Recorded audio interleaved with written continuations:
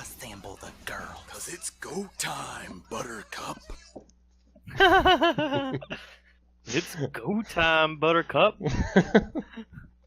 All right. I love it. Hello, ladies and gentlemen. I am your host, Jake Westberg, and I am joined by my partner in crime, Dylan Belcher. This is the inaugural episode of the Planned Rambling podcast. We're planning on rambling about visual media from movies and television to video games, anime, and even YouTube. You may know me from Dylan's streams as the guy who carries him in Overwatch. I have a couple YouTube channels where I post filmmaking and gaming stuff, and I'd appreciate it if you check them out. Depending on when and where you're listening to this, you are likely on my main channel right now. But that's enough about me. Dylan, would you like to introduce yourself? Yeah, I'm Dylan Belcher, your co-host for Planned Rambling, and I am also in the Mediaverse. I just am an aspiring Twitch streamer at the moment, and just have a normal job like everybody else at the moment, but try and stream 3 times a week and for the moment, and get some viewers here and there. So I'm starting the podcast with you, my friend, to try and get some people headed our way and further our careers in that life, and just, talk about cool shit. So Yeah, we like talking about cool shit. Yeah, we do. Too much, even. Yes, to the point where we get paid to talk about cool shit. It's great. Unintentionally. Yep. Using on-the-clock time. I guess now would probably be a good time to give a fair warning. There may be some expletives, but we will try and keep it to a minimum. There will be So, rants. Mom or Dad, if you're listening to this, I'm sorry, but it probably can't be helped. Yep. It'll just happen sometimes. All right, so the first thing that we are going to talk about is media that we have watched or played recently.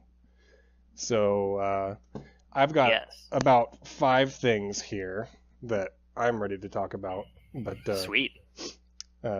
Would you like to do your first thing that you've got? Sure. I probably won't take as long since I haven't really been doing a whole ton. Yeah. I actually haven't gone to a lot of movies recently, so I haven't either. Yeah. I want to, but I also I think there's only been 3 movies in the last few months that I've wanted to see. Yeah, I saw on Twitter that you went and saw A Star Is Born, and I'm super jealous because I really want to see it, and I've heard it's really great. Dude. So. Yeah, okay. I guess it's it's jump fresh into in my that. mind. Since we brought it up. Yeah, jump into that. A Star Is Born is really good. It's one of the better movies I've seen in a while. And I'm pretty impressed with the directing isn't anything, mind-bendingly original. Right. But it's filmed in it's mostly hand cam, Ooh, yeah. It feels like you're there a lot of the time. It's kind of done in that sort of way, but it's not like a Paul Greengrass shaking the camera kind of thing. Yeah, just except in a for maybe characters type way. Yeah, they only do that a little bit during some of the concert scenes. But yeah, and Bradley Cooper, he's not a bad singer for what he does in the movie, but obviously Lady Gaga is just oh, she's amazing. Incredible. Yeah. But I don't think it's based on a true story, but I can tell that it's definitely inspired by their own experiences, particularly Lady Gaga. That's what I've heard, because it kind of comments on the fact, correct me if I'm wrong, that of all of the crap that she had to deal with the record companies and stuff like that, and just not directly comments on it, but just how she kind of had it rough with creating her own original stuff. Yeah, well, and so, I think the thing, it definitely shows that whole trying to battle with staying yourself and being your own artist and not bending to the will of the big wigs that want you to be a pop star, and turn you into something that you're not. But I think the thing that I could really tell was a personal thing that they added in there was and this will be like the only thing I give away about the movie because I don't want to like, I want you to spoil it too hard. have your Yeah, own for experience sure. with it. But they like when they first meet him, Bradley Cooper and Lady Gaga, they end up talking like at the bar, and they get on the conversation somehow about how she's like she doesn't like her nose because it's like she thinks it's what's kept her from being successful. Huh. Because like producers have told her like, oh, you have this great voice, but you don't look like a superstar, or you don't look like a supermodel, because Oh, okay. because of her nose, Right. because she has like some superficial, a little bit stupid- longer yeah. nose than like someone like I don't know, like Halsey or somebody like that, Right, right. It's traditionally symmetrical. Like, Yeah. that type of pop artist, So you could tell that because like Lady Gaga, she used to always go for the bizarre type of approach. Yeah. And now in recent years, she's a lot more like loosened up and being herself. I feel like I've noticed that, like, because when she first came out with all of her songs, it was like I was joking with a friend of ours at work, just about how. Like, you remember when Lady Gaga used to make, like, the I Want to Take a Ride on Your Disco Stick song? But now she has, like, these incredible, like, I'm on the edge, and stuff like that. Like, that's still a little on the poppy side, but, man, she just belts it out, and she has just an incredible singing voice. And what's so sad about that to me, too, is that, like, she's attractive. Oh, yeah. Like, she's she's a very pretty woman. And it's just, like, it's so, like, superficial that someone would get turned down because they're not absolutely perfection in every way. Yeah, because of their nose. What a huh. Yeah. That's an interesting commentary though. Yeah, I really want to watch that. Yeah, real bad. Huh. I mean, I don't put a whole lot of importance on ratings, but I gave it a 4 out of 5. Nice, solid. Yeah, or That's 8 really out of 10. solid. If you care about that sort of thing. But yeah. So that one, that one's like fresh, and it definitely left me feeling some emotions afterwards. Oh, I bet. But yeah. Sweet. Well, I guess do you want to take turns, or do you want to go with your next one, or? I mean, I've got like 4 other things, and 3 of them are television shows or seasons. Okay.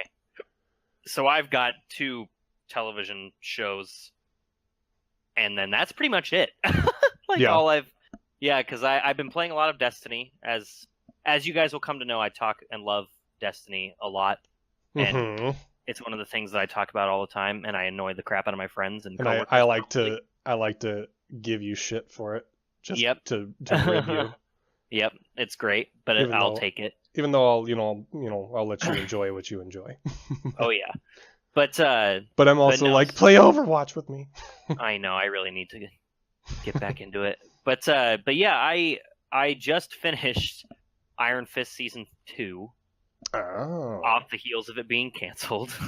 See, I actually to quickly interject, I thought about starting Daredevil season 3 last night, and then I was like, you know what? No, I'll wait until like maybe the next episode when I'll probably have watched the whole thing to talk about it.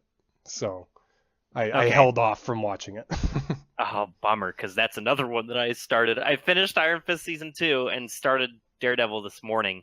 Watched the first 4 episodes. Oh my god. Yeah. So Iron Fist season 2, way better.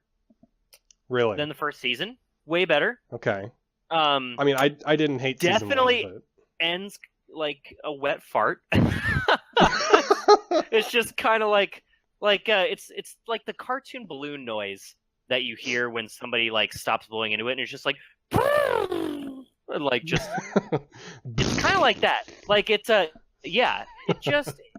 ends it does that thing that TV shows do where it's like the final episode spoiler, I guess slight spoilers. Okay. For the exact plot details, but just kind of how the episode goes. It does that thing where like the last episode, the main conflict gets wrapped up in like the first 20 minutes. And then the last 35 of it is just setting up for later stuff and just like kind of the characters going around. Like it doesn't really end with a bang, you know? It just kind of goes, like I said, it just kind of simmers out a little bit.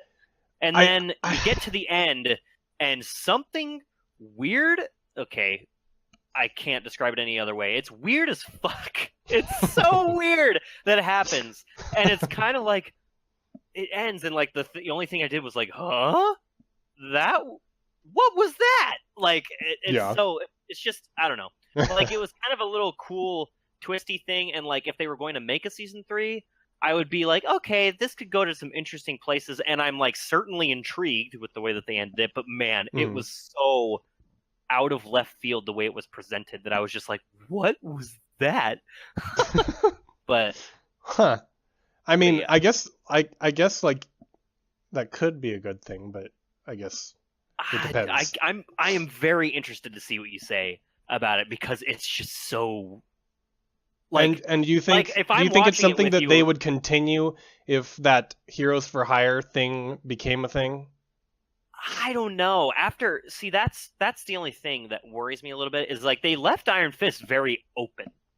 Yeah. As to where it could go, like at the very end, and they just did the little his friend is now like not his friend anymore. Kinda, yeah, but like similar to Doctor Strange.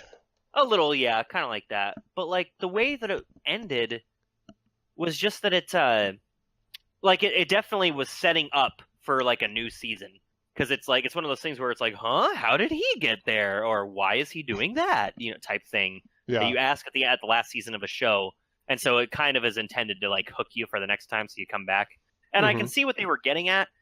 If it was intended to be canceled, it was a weird as hell ending. Yeah.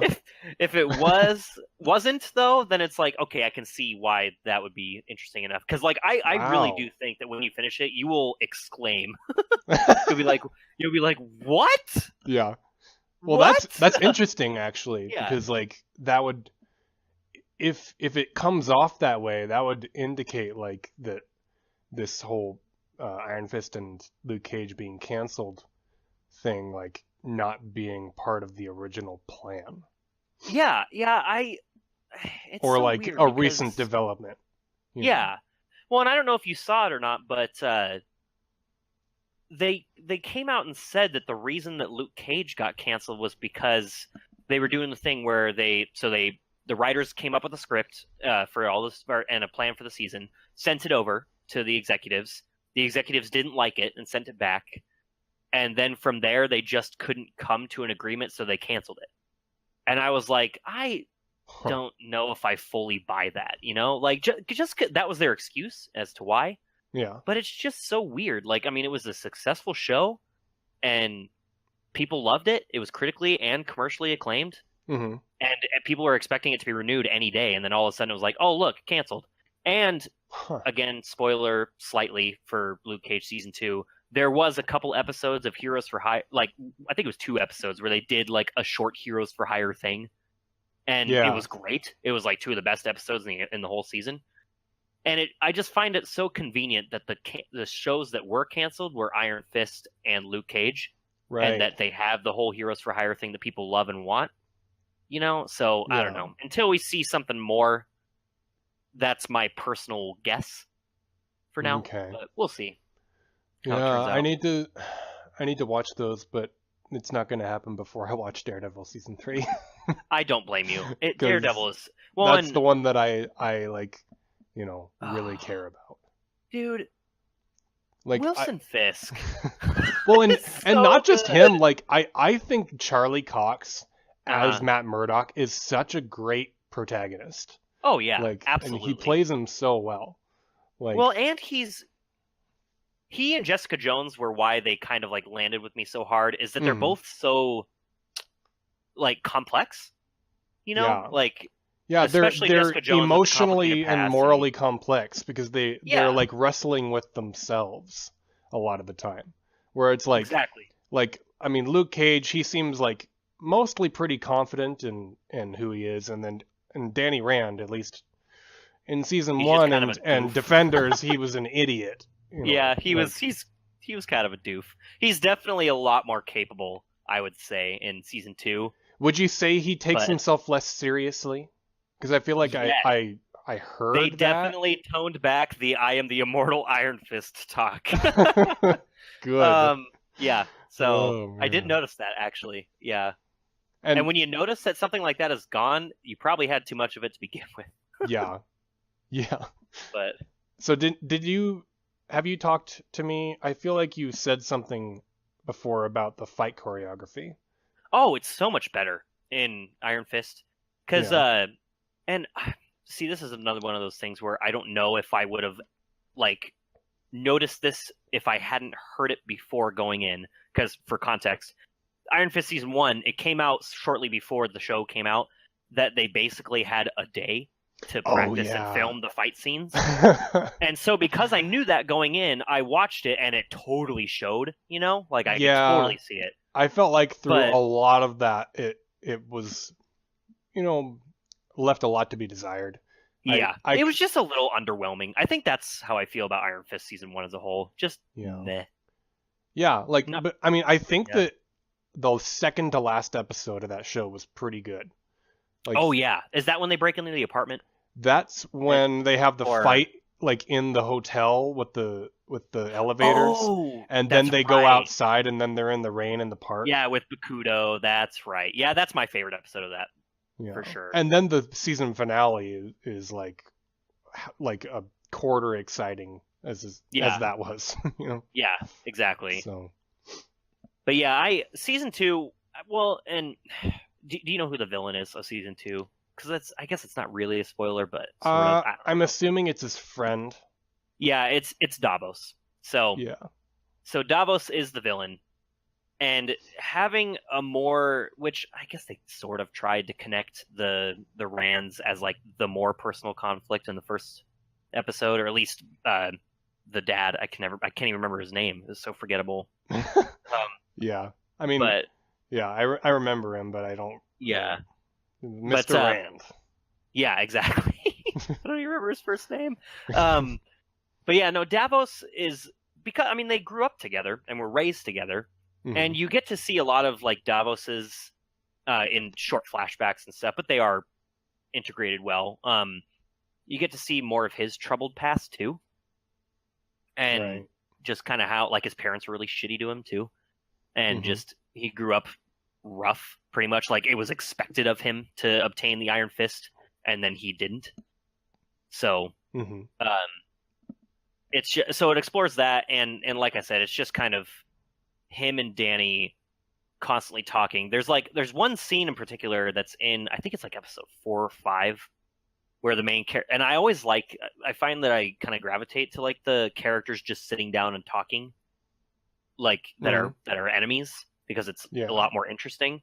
And it's kind of one of those scenes, and it's really good because it's all the characters are super tense, and Yeah. like you know that they don't want to be there, but they're trying to be there, and it's really good. Like Yeah, But I yeah, mean, like- I've seen scenes like that are done really well. yeah, I think one that immediately pops into my mind is Fate Zero, where oh yeah, all the like a bunch of the main characters are like talking to each other and basically just arguing over each other's ideals. yeah. It's just interesting. So- Philosophical differences are fun to go on about. But Yeah. yeah, I mean, because I kind of went into Iron Fist season 2 with zero expectations, so I Yeah. was pleasantly surprised. I would, if I had to give it like a rating, I would probably give it a solid like 7 out of 10 or 6 out of 10, one of those two. Yeah, okay. Like it's good. I enjoyed watching it and did not feel like I wasted my time. That's important. Yeah. Yeah. Oh, so how about, since they're very like closely related, how about Luke Cage season 2? I love Luke Cage season 2. I thought it was really great. Yeah, I don't know if the main conflict was as interesting as like Cottonmouth was, but that's kind of one of the things that I didn't like about Luke Cage season 1. Well, Which- Cottonmouth was like, I know, yeah, he was in it It was- for the first half, and then it was just like, oh, boom, all right, Yeah, I think it moving on. might have been less than half. But Yeah, it it's might have been a been. You might be while. right. But one of the things that they do in Luke Cage season 2, which was funny, is they make Mariah and Shades like twirling the wine glass cartoon villains and I'm what's the word that I'm looking for? But like they're the villains that are Mustache like twirling. yeah, mustache twirling. Thank you. The mustache twirling like villains. And it sounds like bad, but it's kind of hilarious. Well, how, in a good way. one of them, like, it's fun. one of them's name is Shades, so Mm-hmm. And I think that I can accept the writers, I think that after the writers left, that they kind of realized that, like, well, these guys aren't really interesting enough to carry a story by themselves. So we're going to bring somebody else in that has conflict with the Stokes in general and Mariah. Right. And just kind of let Mariah and Shades be the mustache twirling, side villains to Bushmaster's main conflict. And Bushmaster is so good. They're kind of like the background people pulling the strings, and he's like the direct threat, sort of. Yeah. So Bushmaster, plot synopsis-ish is Bushmaster was the son of, or the grandson of one of Mariah's parents' former business partners, and they got kind of screwed on a business plan. And so ever since then, his family has kind of been in the shadow and just like kind of crapped on. And they're Jamaican, because it has to do with like this rum that they produced. Is the rough explanation of it. But Bushmaster is when they show him at, like, when they first show him, he's clearly a very, very capable fighter. And you'll see why later, but he has his own form of invulnerability. And it's kind of a MacGuffin-y type reason why, but it's one of those things where they explain it and you're like, okay, that's whatever. It's fine. But yeah, and so like when he battles with Luke Cage is kind of the guy that's caught in the middle, because he had all of his development in Luke Cage season 1 and in Jessica Jones, obviously, for the first part of that season. Yeah. And so like he's just kind of the guy that's just trying to hold things together.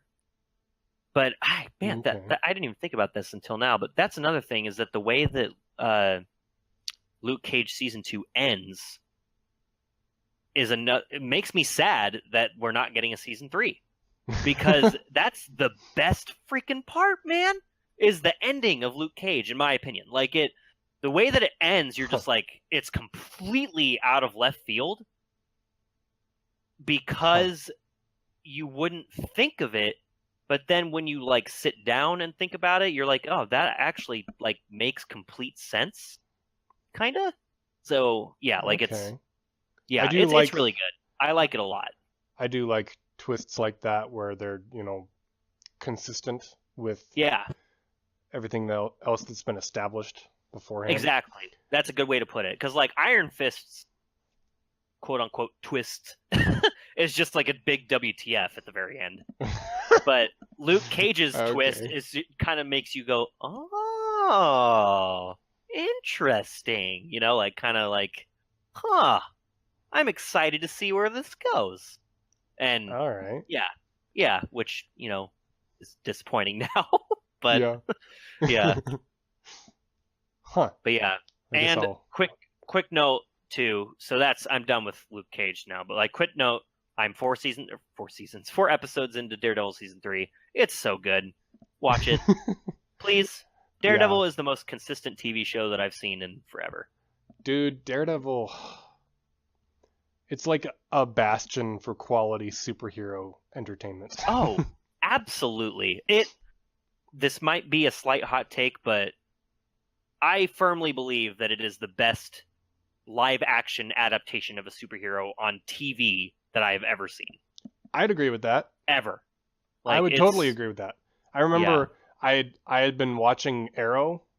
I think I watched seasons 1 and 2, and then Daredevil came out like shortly before season 3 of Arrow happened, and and it was bad timing for Arrow because I was like, Daredevil does everything this show does, but better. And then Arrow just like goes down this spiral of like becoming shittier and shittier as it. I can't even watch it anymore.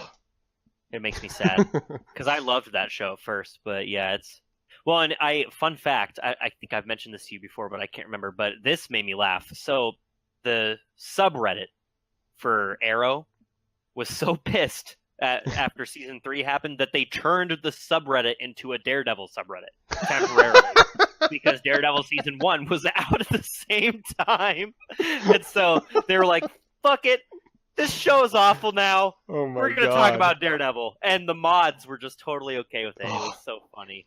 That makes me so happy.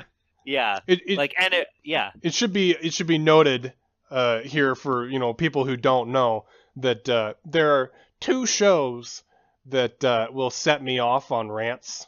I've done plenty of ranting on them already. I try to avoid subjecting my friends to it anymore, but Arrow season 3 and Sword Art Online are the 2 that like really ruffle my feathers, if putting it lightly. Arrow season 3 was so frustrating because the first half was pretty good and then ended like the first half on like just dang, no, like just like the mountain climb, like, and then he falls off and you're just like, holy crap, that was awesome. And then it comes back and it's just like, oh yeah, no, everything's fine. He survived the I read some herbs fall. In his wound. After he had fallen hundreds of feet, after being stabbed all the way through the chest. And laying in the freezing cold on top of a mountain. For how long? Like when they literally had the Lazarus pit as a plot device. I know! that right there, that was the most frustrating thing. Is it's like you have the Lazarus pit hundreds of feet away, like not even, you're okay. Nope. It doesn't even deserve that much time. And that was just the beginning. Yeah. Oh, dude, don't even. See, you rant on season 3. You didn't even watch season 4. Yeah, because season 3 killed me. Season 4 has one bright spot, and it's the villain. That's it. The rest of it is garbage. Yeah. Ugh. Yeah, season 3. It was like it was a rare case where I was like, I've watched this much. I'm going to finish it. I have to finish it. And so I watched it week by week. And just being mad the whole time. Yep, just like, why am I wasting my time? But I finished it, and I was like, okay, I'm done. Yep. I'm good not watching this anymore. Yeah. See, and that's the thing, is I have such I used to, at least, I'm getting better now, but I used to have such a hard time quitting when I thought shows were getting crappy.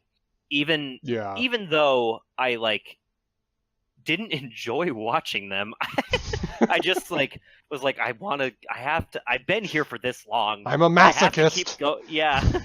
And so like a good example, it took me forever to quit Gotham, which Gotham wasn't bad. It just was like not good enough to keep my attention, It was kind of mediocre. Yeah, like it had some really good moments, but just wasn't good enough to keep with. Arrow was another one where I was like, I cannot deal with this inconsistency. The Flash was kind of the same thing. I loved season 1 and 2, and then season 3 was just bleh. Yeah. And then... Well, and now, from what I hear, it's like you kind of have to watch all of them. Yeah, which I don't have the energy for that. Like, I mean, like, with movies, at least each installment is 2.5 hours. Yeah. It's not 24 episodes long. With 45-minute plus episodes. Like, it's ridiculous. They're so long. Seriously. That was another pleasant surprise that I found out. I don't know about Daredevil season 3 because I haven't looked, but Iron Fist season 2 is only 10 episodes. And it was better as a result. Much better. Like, I don't know why Netflix isn't just doing that. Like, they did it with Stranger Things, and it was great. Oh, yeah. It was so concise. worked out so well. 8 episodes. It was perfect. Yeah. It's all you need, really, if you're going to tell. I mean, because, like, you can always tell in those shows that it just. You can tell when you're watching a filler episode, you know? Yeah. Like, case in point, the Lewis episode in. Or episodes, I guess, in Punisher.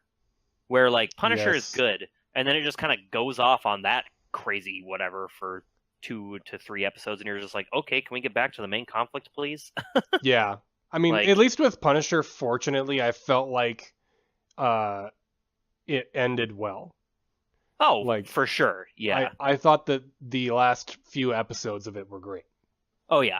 It ended well, and it, like, at least when it went off on that tangent with Lewis, I think his name was Lewis? I don't know. I can't remember off the top of my head, but at least they were trying to explore interesting themes of, like, mental illness after, and, like, PTSD after war, and gun control, and, like, and terrorism, you know, and stuff like that. Like, they were at least trying to comment on that stuff in our world through their fiction, but, like, Yeah. it didn't all the way land for me, I guess. I don't know.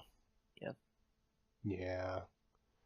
Anyways, I think if you're trying to tell a message and it comes at the cost of the main the plot, quality of yeah. the story that you're trying to tell, then I don't think it's worth it.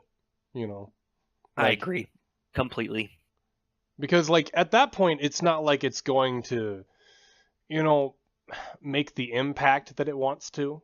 Like, Right. if it's making its product worse.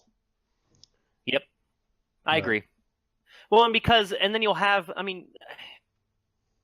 people that aren't as analytical that'll just be having fun and along for the ride.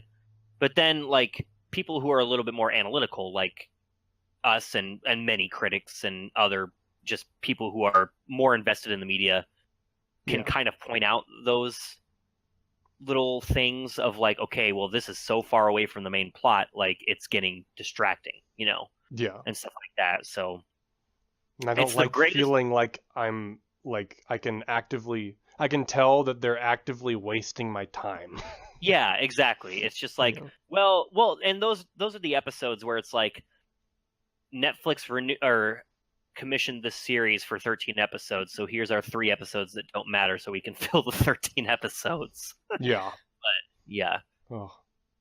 yeah. I like The Okay. Punisher though. The Punisher is good. I haven't watched that for a while. Anyways, yeah, I've Well, talked enough. We should probably move on from Marvel Netflix. Yeah. I have speaking of those kind of endings that you're talking about, where the like finale conflict happens, like before the actual ending happens. Uh-oh. My Hero Academia season 3 did that. Oh no. And to be you fair, were really into it too, weren't you? well, to be fair, I think that the setup for the next season was good.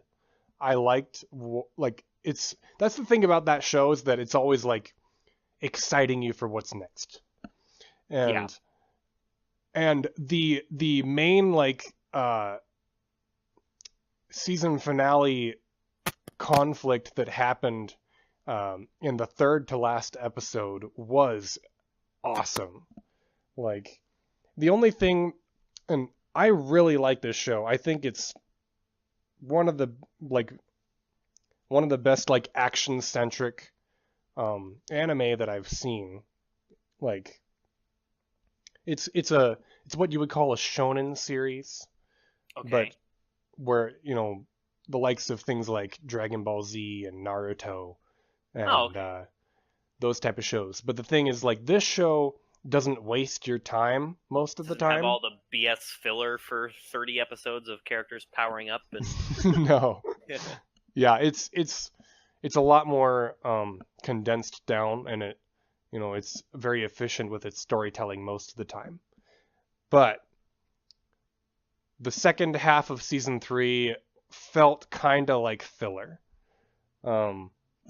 I really liked the first half of season 3. I thought that was, like, exciting the entire time, and by the mid-season finale, it was like, major consequences had happened that had Right. a huge effect on the characters in the world. And then the second half happened. I won't go into detail about the first half because it's hype, but but the second half. So to anybody who doesn't know, My Hero Academia is basically a show about a world kind of like X-Men, except that people with superpowers are the majority and they're accepted, like, and they have a whole like government system based around it, at least in Japan. Like, the show is set in Japan. So heroes are like, they do hero work professionally. They're commonplace. Yeah. But you have to like, have a quirk. They call it, their superpowers are called quirks in the show. And okay. if they have like, and not all quirks are created equal, which they like acknowledge that like, some people are just born gifted with powers that lend themselves to heroic work, and some people aren't. Huh. And there's a guy named All Might who is the top hero in Japan. Like he's All Might. He's the number one hero, and he always says, "Fear not, for I am here." Nice. And he's like the role model of the main character of the show. And so like there's this whole societal structure to, the existence of superheroes in this world. And so anyway, in the second half of season 3, the main characters, who are part of like this prestigious school that educates superpowered kids to become heroes. They're participating in this national hero license training tournament thing, where like they have like a whole bunch of kids like from all around the country, from all of these different schools, and they're competing to make it into the top 100 people that will gain their provisional license to become heroes. Oh, that's cool. And it would be cool. Like, I mean, okay, there was cool stuff in it, but I feel like it went way too long for what it was. Oh, okay. Like it Well, felt this season really was stretched a longer out. one, right? Yeah, it was a full length season. I mean, seasons 2 and 3 were full length. Okay. But it's like, divided into halves. So like, I think it was a 26. It was 20. It was like 25 episodes, I think, in this season, somewhere around there. Yeah, that's pretty long. They're only 20 minutes, right? 23 or 24 without commercials. Okay. But yeah, like, and there were some like cool moments with specific characters during this arc. But I just felt like it dragged a bit. That's a bummer. Which like the show doesn't normally do. Like it rarely drags. Yeah, from what you told me before, it's constantly moving real quickly. Yeah, it's a pretty fast-paced show. And it's also like just really exciting and emotional and investing. And fortunately, I'm invested in all these characters, and like I care about the overarching story. So like this was just kind of like a little bit of a lull in some places. But what was cool was that like it also like gave a couple moments to some characters to shine and have like one of them kind of got a redemption in one of the episodes, which was nice to see. Oh, that's cool. I'm a sucker for redemption arcs. And then there's like all these new characters that they introduce, and they're really fun and crazy and weird. But the big conflict that they had in the third to last episode was a fight between the main character of the show and this other kid that's basically been rivals with him like the whole time, Oh, okay. like a rival thing, but it's also like, I mean, there are other details that go into it that I won't say just because, plot details, but it was a really like cool emotional moment for these characters. Like on top of it being a amazingly animated fight scene, it was like a big emotional moment, particularly for Bakugo. Okay. Not the main character, the other guy. Like got me a little bit. I was like, oh, like, Yeah. and it's funny because like this Bakugo is like, he's one of the fan favorites of the franchise, and Okay. he's like the hot-headed, angry one. Like, and his superpower is explosions. Dude, everyone loves the hotheads. But he's like, he's like really angry, and like he doesn't play well with others, and like he's like sort of coming around to, like understanding this, the main character more, and like the relationship between them. And of course, Right. All Might, is like a role model to both of them.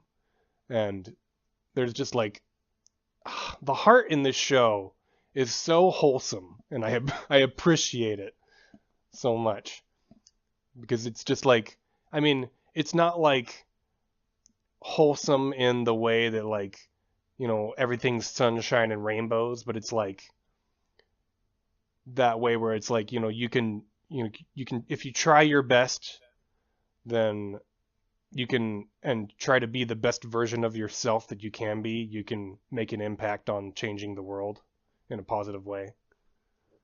And I right. love inspirational crap like that. Yeah. Like, And I feel like it does, and this is something that I've forgotten to mention in the past.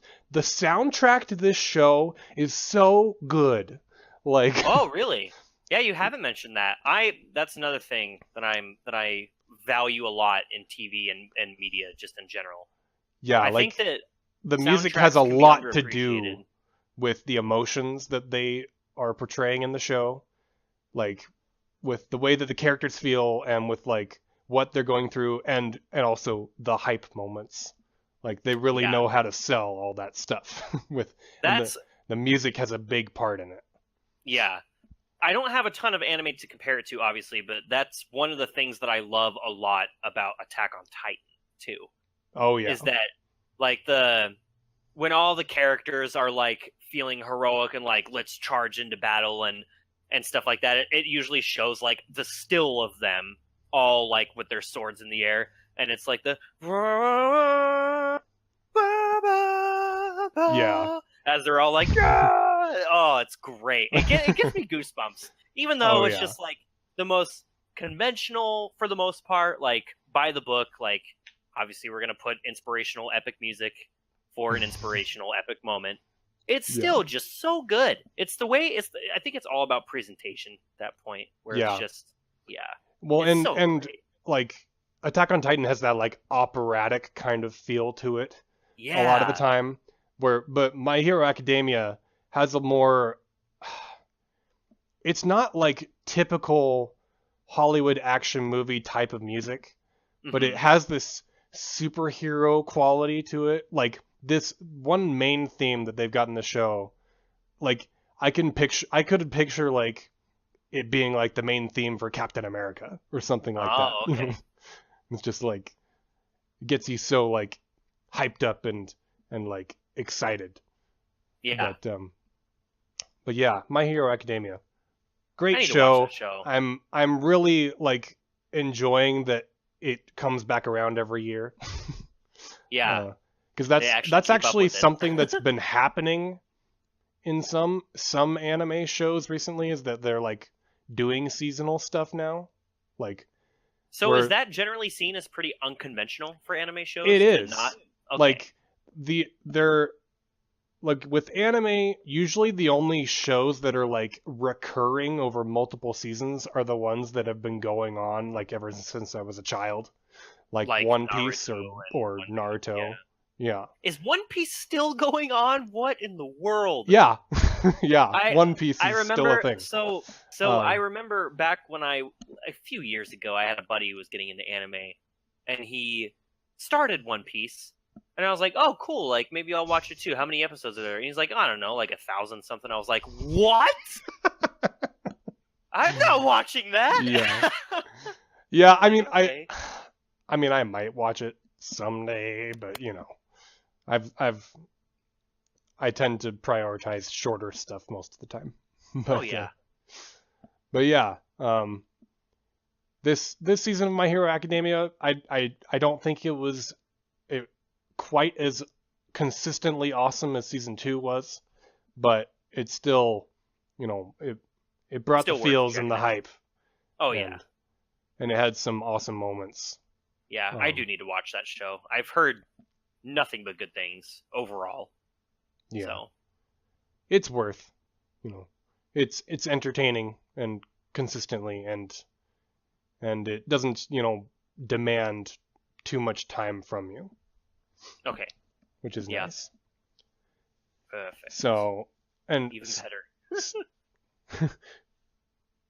I think I want to only touch on this briefly, but sure. Speaking of things that did demand a lot of time of me, I finished Dexter recently.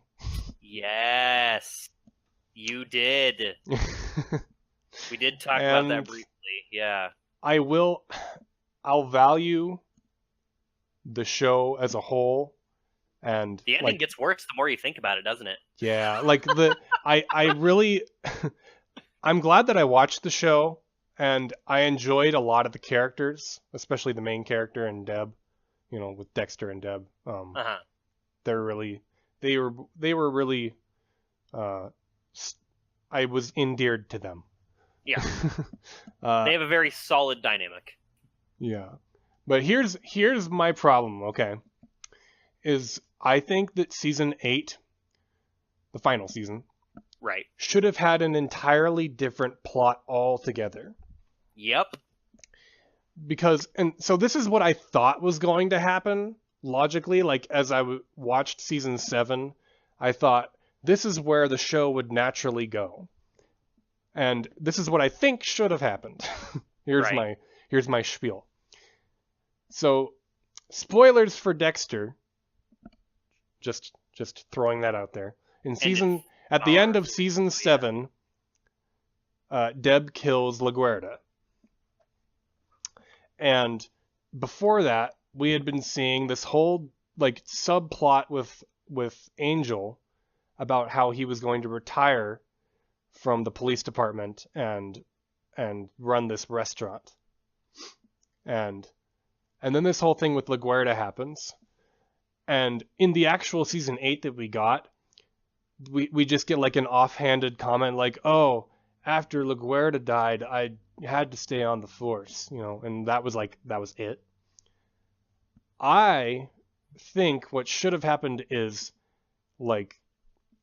Angel, sees, what happened to LaGuerta and suspects that something is off and, stays on the force and becomes kind of obsessed, sort of like she was, to find the truth. Especially since Deb shot her with her own gun that she works. Oh, yeah. That she uses at work as a police officer. I felt like that had to be incriminating evidence. You would think. And so I thought that the antagonist for the last season should have been Angel. He should have been the one that Dexter had to deal with. And then it could, from that, all come to a head with, all these characters that Dexter cares about and has grown close to, and they find out what he's done. Yeah. And in that way, they could have done something to wrap everything up for the end of the series. But as it is, it was kind of almost as if they were just going about another season. Exactly. Yeah. Without it wasn't the final season intentionally. Yeah, it was just here's another serial killer to deal with. And all these other subplots that we've added on to it that don't really serve anything toward ending the show. Like, it's almost as if they didn't plan on ending it that season until the last few minutes. Yep. Yeah, the last episode is when really it's like, oh, okay, all right, this is some finality-ish. But yeah, my huge issue with it is just like the execution of everything, kind of in the same vein. Like you said, it should have been probably an entirely different plot. And like I see what they were trying to do with the I can't remember his name, but the main villain of the series, him kind of mirroring Dexter in the sense of like, this is probably what could have happened to you if you didn't have the code that you live by, you know, that your father gave you. And stuff like that. Like, this is what where you would probably be. And I get that, but who cares? We already did that. we did that already. We did do that. That was season 4. Trinity. Yeah, exactly. Like, why did we need to do that again? And like, just, I don't know. It was like they tried to just think of something kind of creative and cool because they're like, well, the audience is going to want to see Dexter kill somebody at the end. But like you said, if it was Angel or somebody closer to him, like, how much more compelling would that have been to where like a solid ending for the show would have been like, have Dexter end up in the same place that he was. I don't know about Deb and that whole situation, but like, have him end up in that situation where he's driving off into the storm. Spoiler alert again. Yeah. But or even just have like something where it's like, I don't know, like he ends up dying not by his own hand. Yeah. Like, I don't know. I think it just should have been all structured and written as if it was the last season, and it felt as if it wasn't. And like, look at like to your point too, saying like Angel should have been the end. What if Angel was Dexter's last victim? You know, like Dexter looked at him and killed him, and then that was the moment where Dexter's like, "I'm a monster." And he's always known that he's a monster. He says that repeatedly throughout the show. But like, that's the moment where he realizes this part of my life has become too much in control of myself that I need to end it. And the only way that he knows how is by killing himself. So by the end, he does the noble thing. But again, I mean, the way that they chose to, which they kind of do that, sort of. He mentions like, oh, I'm just a danger to everyone around me, so this is the best way to do it. But then they completely go back on it 5 minutes later. Completely. Yeah. Like, I wish that I had just, like, backed out at that black screen and called it good. When he drives off into the storm. But well, even then, like, it feels inconclusive. Yeah. It kind of feels like it just left everybody in a bad spot. You know who I felt the worst for? You know what was so you know what was so soul crushing to me was Joey. Like, when oh my god, that was heart-wrenching.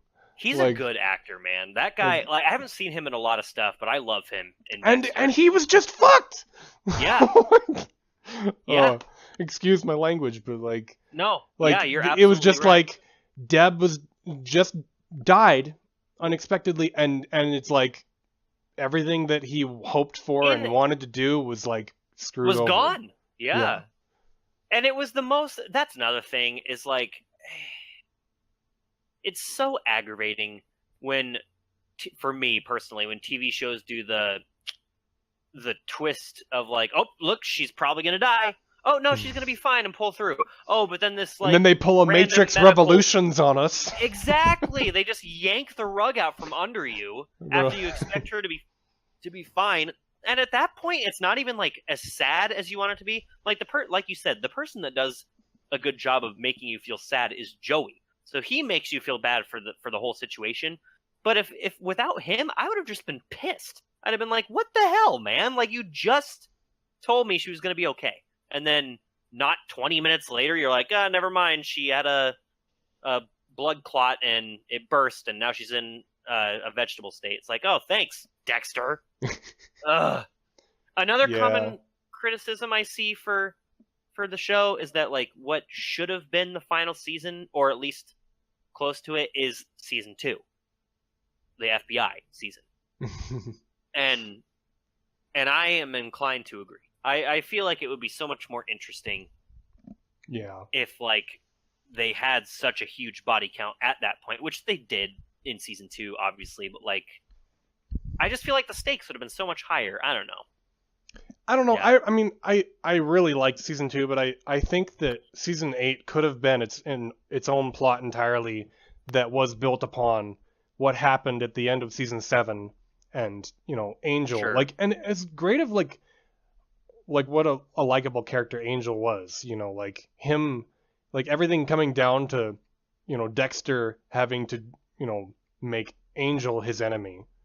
Like, yeah, I feel like would have been, the most emotionally, like, satisfying way that they could have ended that show. I'm inclined to agree. Yeah, I like that your choice for the ending a lot, because I mean they also do make it a point throughout the entire series that Dexter likes Angel more than anyone else on the force, other than his sister, obviously. Yeah. Like they were good friends. Yeah, like so that does make a lot more sense. It would be like, I could get on board with that. It would be like the end of Breaking Bad between Walt and Hank, but like even more sad because they, actually really like each other. Right. Where like Walt and Hank were never really that close. But... yeah. But I will say that, like, I mean, the death of Deb, I didn't think was the worst thing about it, and I felt like no, her dying and then like showing the effect of like, how much it upset everyone else around them, like, showed why Dexter would feel like he needed to just get away from everybody. Yeah, and it was appropriate because she was finally, well, I guess you had Rita earlier too, but like she was the one that like Dexter knew. I mean, like he says it from season 1, episode 1, like I've always been fond of Deb, like I don't know if it's love, because I don't think I feel love, but but that he loves her in his own way. And so like losing her at the end because of something that he did ish, it makes sense. Yeah, I just think because it's like he needs to feel that weight, but the way that it was done, I was that's why I think that the problems with the ending couldn't have been solved by just changing the ending. Like you'd have to change the entire season and the events leading up to it. You could cut out the last 30 seconds though. Dude, even I think I told you about this before. Even Michael C. Hall, the main actor that plays Dexter, he was kind of at a loss for why it ended that way. Like, and his rough explanation was like, I saw in an interview one time with him, he was kind of like, well, my theory is that Dexter is just so self-absorbed and obsessed with self-preservation that he wouldn't let himself be killed because he sees himself as such a necessary evil and stuff like that, that he's too proud and stuff. And I was like, well, that is whatever, I guess. It just kind of felt like... Well, and that kind of goes against what he was going through in the last season. Exactly. Kind of like realizing that he didn't... Like, he had desires that he cared about more now than his killing, So... dude... It's an unfortunate thing, because, and I will say this, like, I think last like point I want to make about Dexter is a positive one, although it's a weirdly positive one. Understandable. But positive as in like great storytelling. Is I think that the death of Rita at the end of season 4 is one of the most impactful deaths I think I've seen in a TV show. Oh, yeah. Like, that was like some Game of Thrones shit. Yeah. Like, because it kind of comes and it's out like of nowhere, you kind of see it like about 10 seconds before they show it. Yeah. But then you see it and you're like, no. Yeah. No. Like, you Uh-huh. kind of, like, almost can't believe that it's happening. Yeah, because you see the keys still left on the counter or whatever from when she came back, and you're just like, oh. Yeah. And It was like yeah, it was like the Red Wedding when they closed the doors. yeah, and it's Like, and then you know your heart something is stops. wrong. Yeah, me and my wife were watching it together for her first time. It was my second time. Mhm. And we got to that part, and she legitimately thought that it was like not real, like that he was stealing things, you know. And Yeah. and she's just like, oh, and I don't know if it was because she wanted to believe that or if it was because like she actually thought that. But like we were sitting there on the couch and she was watching it, and she was like, wait, it's not real, right? And she just looked at me, and I was just kind of like had my eyes open and like my like hand to my mouth, and I just kind of shook my head slowly. I was like, no, she's dead. And yeah, my wife was not happy. But yeah, it was very good. That's one of man. my favorite twists in TV. Yeah, that But was like, oof. That's yeah, like, as far as like cliffhanger ending seasons go, like, or yes. season enders go, like that was like Woof. about as hard to take as it gets. Oh yeah. I had to take like a multi-week break from Dexter after that. Yeah. Like, well, Oh, all right. yeah. It was like yeah.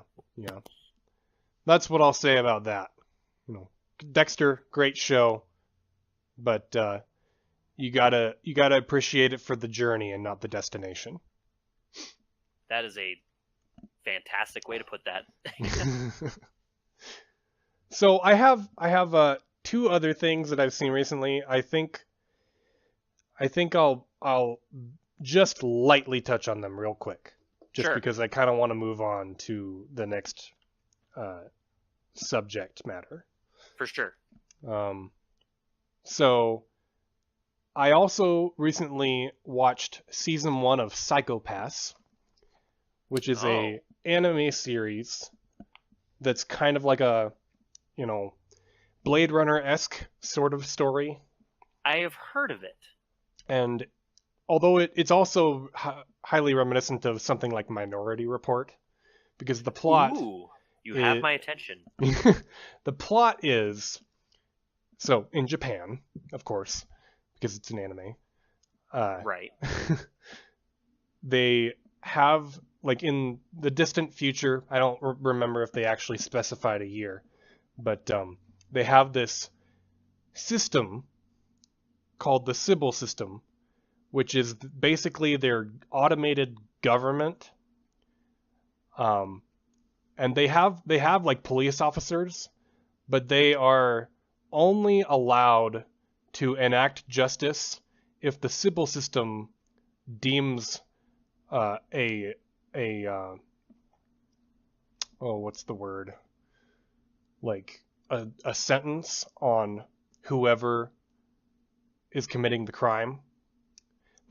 But it's not just crimes. Like they have these machines that monitor everybody, and it like determines whether or not they, like, based on their brain chemistry and just their like their like emotional state, it will judge whether they are a dangerous individual.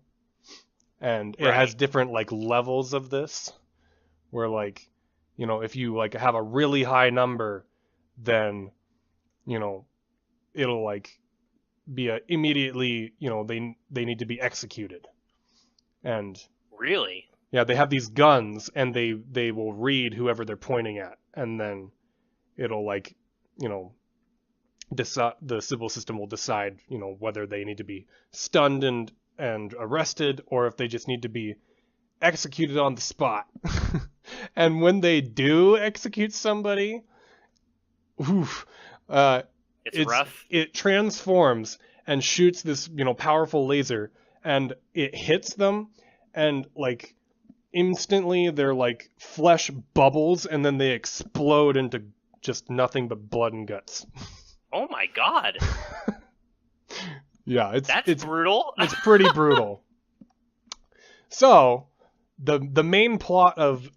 Oh, so I should note, I only planned on watching season 1 because I heard season 2 was bad. But I heard like season 1 was, great. So I was like, I'll just watch the first season of this show and ignore the second one because there's only 2 seasons and I'd rather not end on a sour note. For sure. The main plot of the show, basically, I mean, I feel like it's pretty obvious given the premise of the show, so I don't feel like it would be giving anything away really. But like, I'll just give a spoiler warning just in case somebody wants to know nothing about it.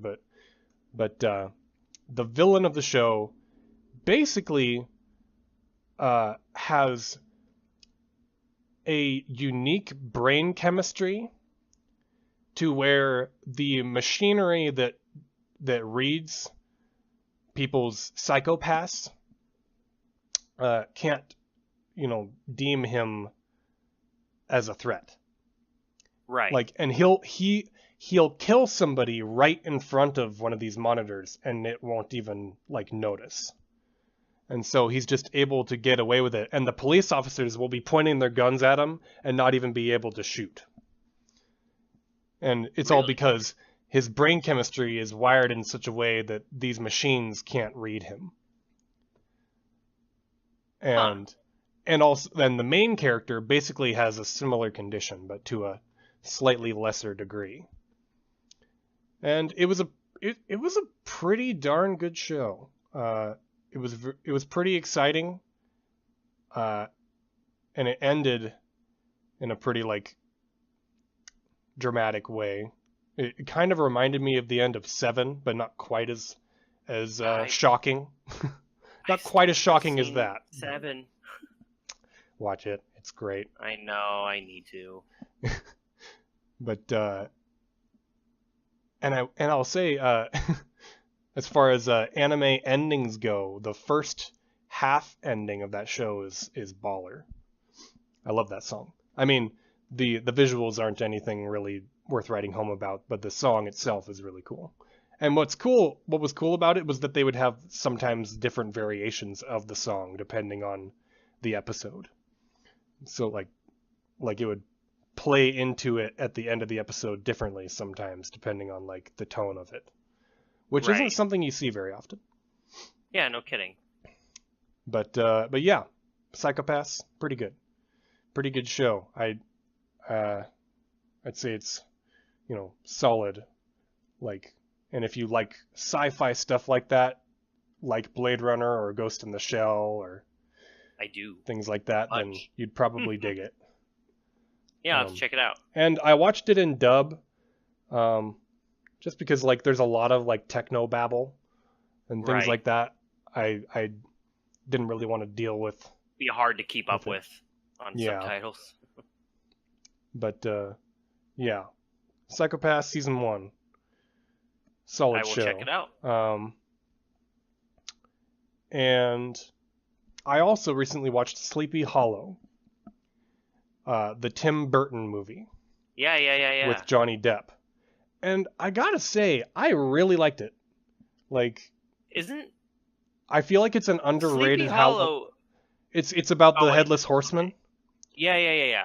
Okay, so I've never seen that. And Johnny Depp... My brain thinking of Sweeney Todd, but no, I've never seen... That's another Tim Burton and Johnny Depp movie. But Johnny Depp plays... what's his name? I forget his name. He plays the inspector guy. He's the main character. But and it's basically a murder mystery with like supernatural stuff involved.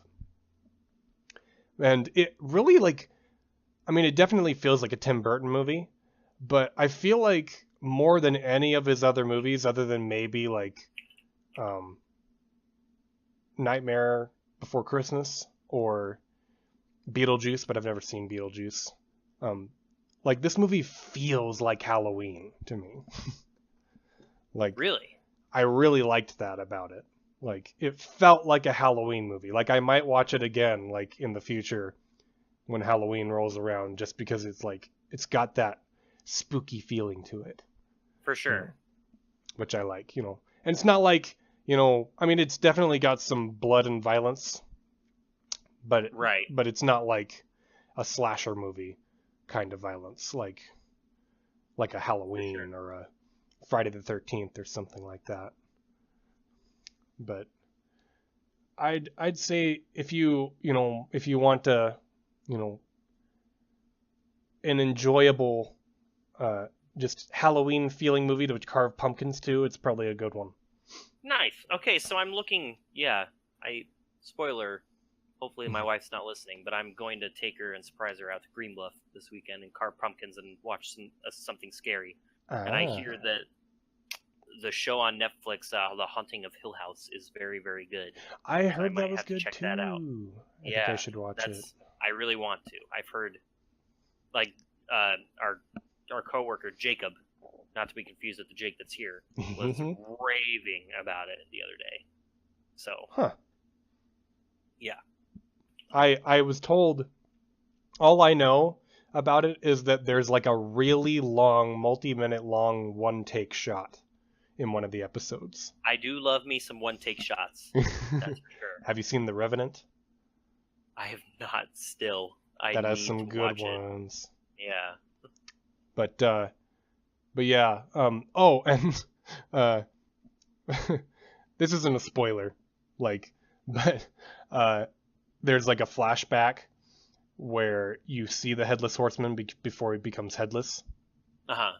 And he's played by Christopher Walken. Nice. With sharp shark teeth, basically. And the only line of dialogue he has is "Ah!" Oh my god. He Dude, basically just Walken. Like screams like multiple times, and that's it. That's funny. Oh my lord. But it's a pretty enjoyable movie. Yeah, I'll have to check it out. I know my wife's seen it and loves it, but so I've been like trying to watch, new horror movies like for the Halloween season. Yeah, for sure. And I often end up doing that around Halloween time. Like I'll neglect watching horror movies for most of the time, and then like Halloween comes around, or October, I guess, and I'll like watch a bunch of them. Yeah, for sure. But yeah. Speaking of horror movies, yes. I have some lined up that I have. So we are planning on talking about horror movies that we'd recommend watching for Halloween. I know I just kind of did that for Sleepy Hollow, but it was kind of like something I had just watched. So, but if you don't mind me doing one of mine first, please proceed. You could say that it's pretty nice. Well done. It's Evil Dead 2. Evil Dead 2 is so fun to watch. And I think that the original has a lot of good qualities about it too. And it was made dirt cheap. Right. You can tell they had no money making the original. And Evil Dead 2 is still micro budget type of movie, but you can tell they had a little bit more to work with. For sure. And it's basically a remake of the original. It's like the first but one. It's on crack. Yeah, it's it's basically retelling the same story, but doing it a lot more crazy and funny and with more special effects. And and it's just amazing to watch. And speaking of long takes, there's a really cool part of this movie where the camera is chasing Bruce Campbell through this house, and he's going through like multiple doors, and the camera like will smash through windows and knock down doors and just keep on chasing him around all these corners. And it's like kind of amazing, really, like the amount of work that must have gone into it. Oh, I'm sure, because that movie came out in like the late 80s, didn't it? It was the 80s. I'm not sure exactly when it was, but yeah, it was like, and there's like, you know, lots of makeup, and there's some stop motion in some parts. Right. But I think other than the groovy part, my favorite scene in the whole movie is when Bruce Campbell just loses his shit. Right. Like he's like gone through all of this stuff and he's just traumatized by it. Oh, And then bet. he goes to sit down and the chair breaks beneath him. And then the deer head on the wall suddenly turns and looks at him and starts laughing. And then everything in the room is laughing, and then he just starts laughing along with them. And it's amazing. Huh. It's just That's like hilarious. complete like lunacy, but like having fun with it, you know. He's just like so dumb with everything that he's just like, you know what? I'm done. Yeah. Just gonna laugh along with these guys. Yeah. It was like if you can't beat them, just join them Yeah, sort of thing. that's funny. Yeah, I've heard nothing but amazing things about Evil Dead 2 and Yeah. how classic and incredible it is. I really need to watch it. If you want like a really good video that like will get you like in the mindset of like the optimal way to go into watching that movie, Comic Book Girl 19 did a really good video on it that was basically like what got me to watch the movie in the first place. But yeah, I mean, I don't really have a whole lot to say about it other than it's groovy. It's groovy. and it's worthwhile. And if you like, you know, 80s cheese that's a little bit self-aware, but also but at the same time some pretty like impressive low-budget filmmaking, it's got a lot of that. And Bruce Campbell. Sweet. And Bruce Campbell. Because Bruce Campbell is amazing. Awesome. Yeah. Yeah, I need to check it out. You want to do one of yours next? Yeah, sure. So I had trouble going through. I was trying to think of one that was a little bit more unconventional that like not, you know, everyone has seen already. And I know, Yeah. so I was thinking about like, you know, The Conjuring and A Quiet Place, but those movies are both like really popular and have done well. So I picked one that was like a little bit lower budget that did, I think, do well, but maybe not everyone has seen quite yet. I chose Don't Breathe. Ooh. So this movie came out, I can't remember if it was last year or the year before. I think it was last year. I think The it was beginning of- I think it was the year before. Was it? Was it I that feel like long it ago was now? a 2016 movie. Right. You might be right. I think you might be right. So, it was a 2016 movie. I just brought it up. March 12th. Wow, that was so long ago now. I mean, it's only 2 years, but still. So, Don't Breathe is about these, like, college delinquents, kind of, and they weren't in college, but they all live in Detroit. It's this group of three friends that are kind of down on their luck, and they've just been like robbing places and trying to get things from houses that are like abandoned, or like just robbing people that they know are easy targets. So what they hear is that this guy lives in this old abandoned neighborhood in Detroit that's run down, and that they heard from somebody that he has 300 grand cash hidden somewhere in his house. Mm-hmm. And he's an ex-Special Forces guy, down on his luck, just doesn't really care about life as much, you know, living in this house alone. And he's also blind. So, Yes. which is a very important detail. So they figure, you know what, this guy's blind. He'll be an easy target. And you never learn the name of this guy, ever. He's just the blind man. Oh my god, I didn't even realize that. Yeah. He's played by Stephen Lang, who is freaking great in almost everything that he's in. And he's just a big buff dude that has, like, he's great with war type movies, you know, or just like big bad soldier guy, you know. And but in this movie, so they think, oh, he's blind, he'll be an easy target. So they finally they But this is get a horror together. movie. Yeah, this is a horror movie. It is horrifying.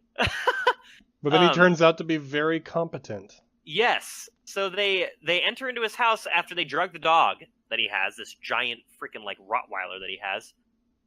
And I can't remember exactly how it goes because I haven't seen it since I saw it in theaters, but man, it has stuck with me. Yeah, but me too.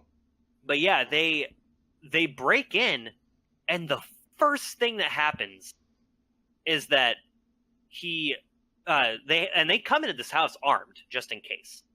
And the main character, or one of the main characters, his name's Money, goes in with them, or they call him. I don't know if his name's actually Money. I remember that. Yeah, so they call him Money, and the first thing that happens, they break into this guy's house looking for his stuff, thinking it's going to be easy. He has the gun just in case, and they make just a noise just loud enough to wake him up, and he comes down the stairs and shoots him. And like Money has a gun, and the guy overpowers him, asks who's there, and just freaking shoots him. And from that moment, you're kind of like, oh. Yeah.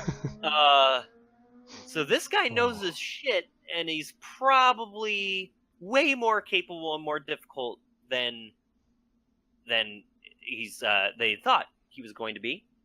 Yeah. And so the plot goes on, and it basically just consists of them trying to hide from him in his own house, where he clearly knows his way around. And there is weird. A twist. Yeah, there is a twist. Yeah, it's a little weird. It's just... I think it's a really well executed piece of suspense. Yes, I would agree with that for sure. But I'll say, like, it was one of the most uncomfortable watching experiences I think I've ever had in a movie in the theater. Yeah. Like, I don't want to spoil it for anyone who hasn't seen it yet, but like there's something that happens. It's about like maybe what'd you say, like 2/3 into the movie, something like that. Yeah, it's late in the movie. And it's like not about a very long movie. It's like the it's peak. Not even an hour and a half long. It's like the peak of the. It's like the height moment of like suspense in the movie. Yeah, like exactly. Later on, like. And I remember I was watching that movie and I was like, if they do this, I will hate this movie. I know. Yeah, I kind of felt the same way. But yeah, it's just a really good movie. It has some great camera work too that not a lot of people really talked about when it first came out. There's a lot of one take stuff. Like I mean, I'm a sucker for that. So, but like there's one point where they kind of show one of the guys hiding in a closet that invaded with him, and the blind man goes downstairs to get something. And then, like, they think, oh, maybe here's our chance. And then he comes up. And this movie, it's called Don't Breathe, because they don't want to breathe to even make a sound. And you, as an audience member, don't want to breathe to make a sound. It's terrifying. You find yourself sitting there with... like, holding your breath. Just holding your breath, waiting to see what happens to these characters. Because it gets so up close and personal with Stephen Lang. And he's terrifying. And I think that also is kind of why I love the movie so much, is it's grounded, which it's very overused term. It's one of those movies where you feel like it's within the realm of possibility. Exactly. Exactly. And like the 2/3 twist, like we mentioned, that's where it starts to veer a little bit, but even then, like, there's some freaky shit in this world. And it's very good. Please watch it. Not for the faint of heart. Would not recommend to my parents. No. They would hate it. Oh yeah, it is. Yeah, it's terrifying. It's terrifying because, I mean, like it's kind of like, imagine being trapped in a house with The Rock and that he wants to kill you. You know? Like, Yeah. it's just, yeah. Well, and they establish these characters as kind of delinquents, Yeah, you know, they're and kind they're of like shitty people. they're not Yeah. great people, but then like the person that is their opposition is just like you Much find out worse. is much worse. Yeah.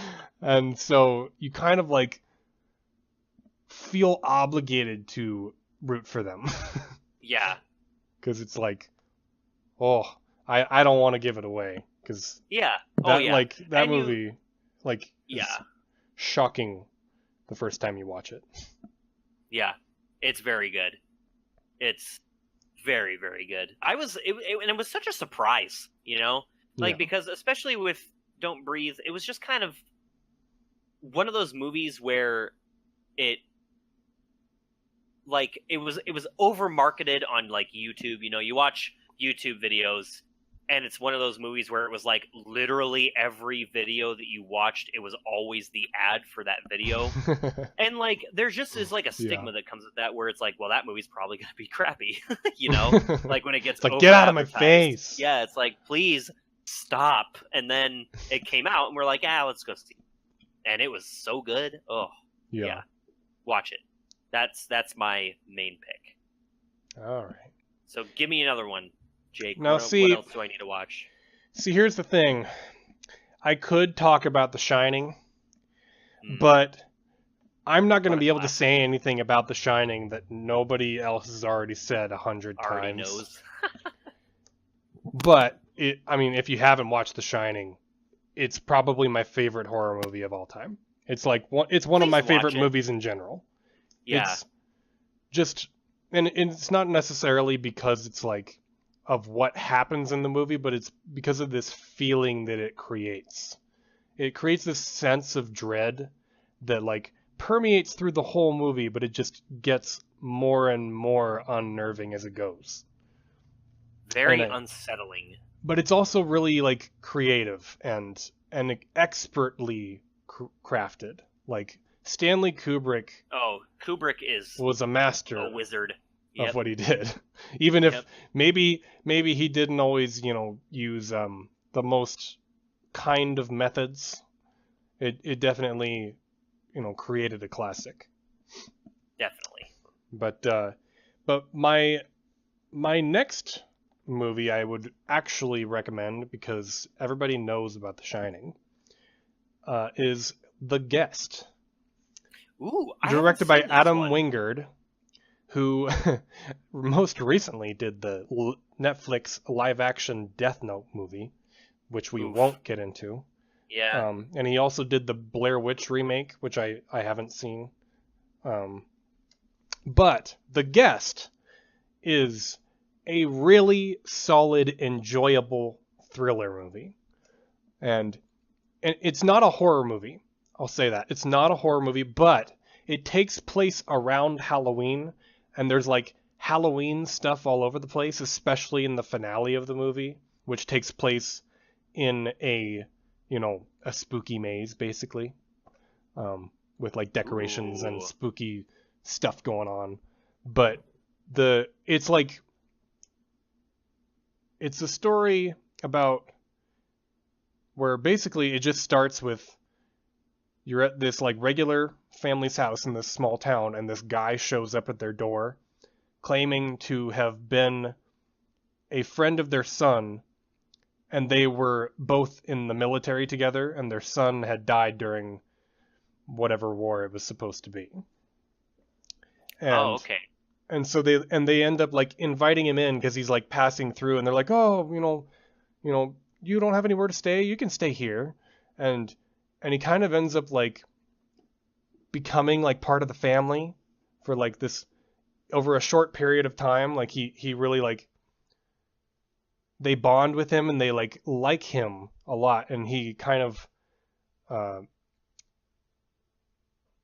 like tries to actively get the younger kids to, do things that they, maybe wouldn't be brave enough to do. But then, like, as it goes along, you kind of start realizing that maybe this guy's kind of messed up in the head.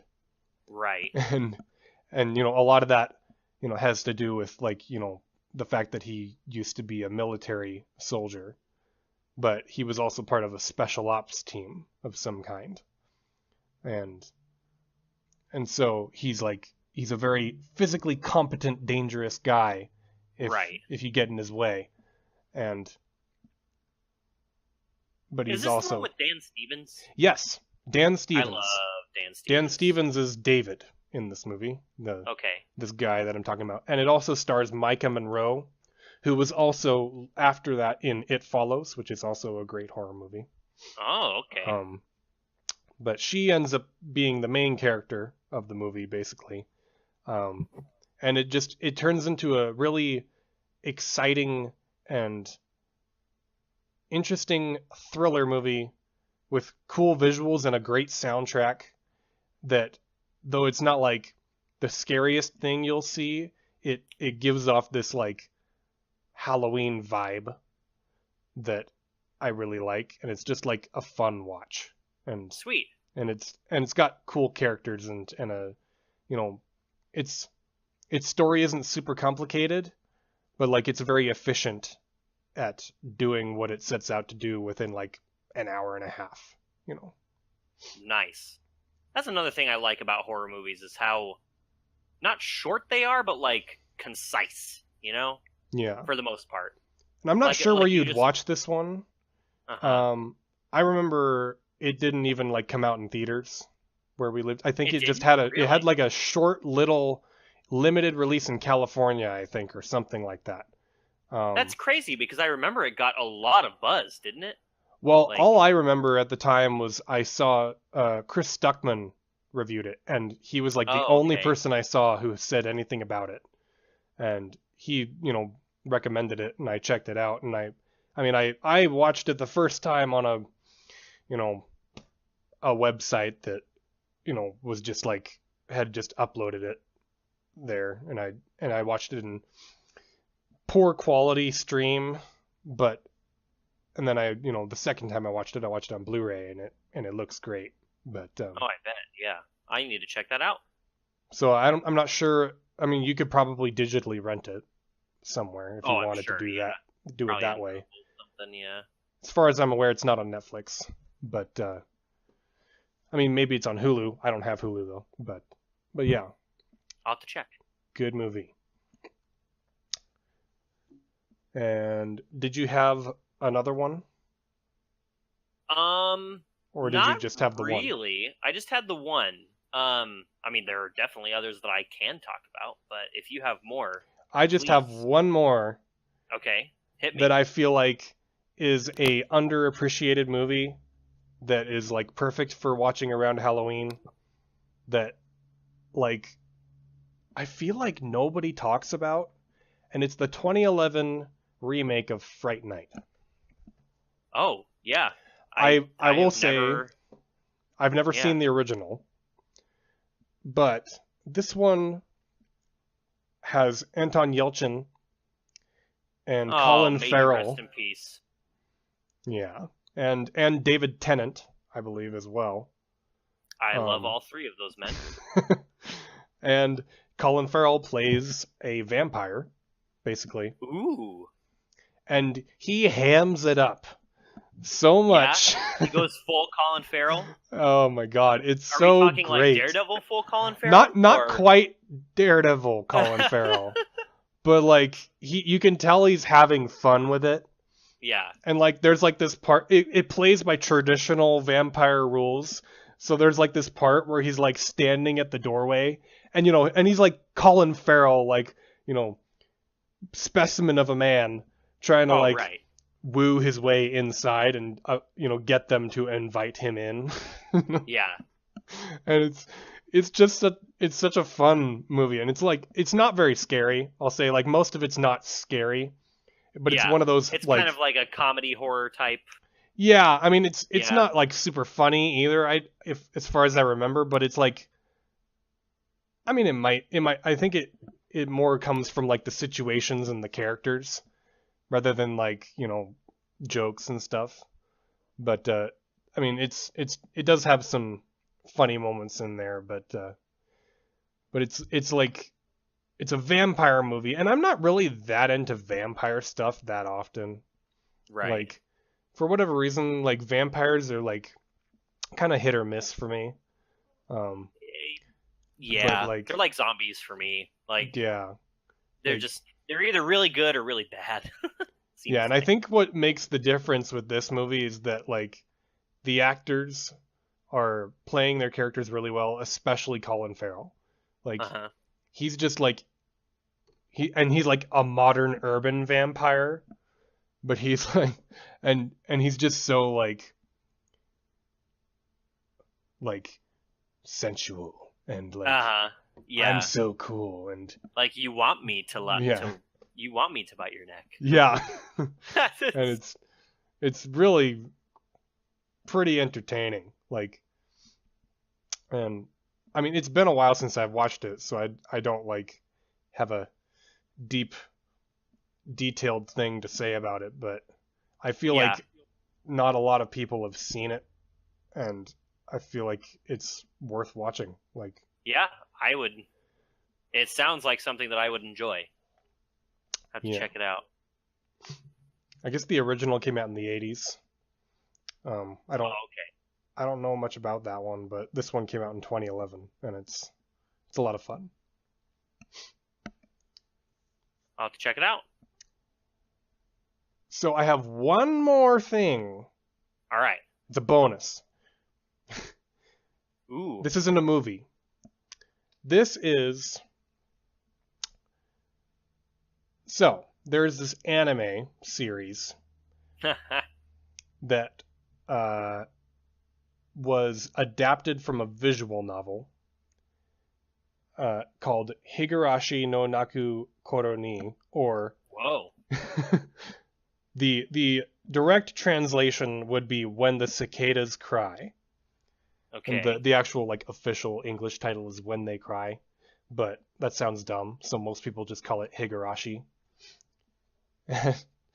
And the funny thing about this show is that it kind of created a thing that people will refer to like offhand when they see it in other shows, and it's called the Higurashi eyes.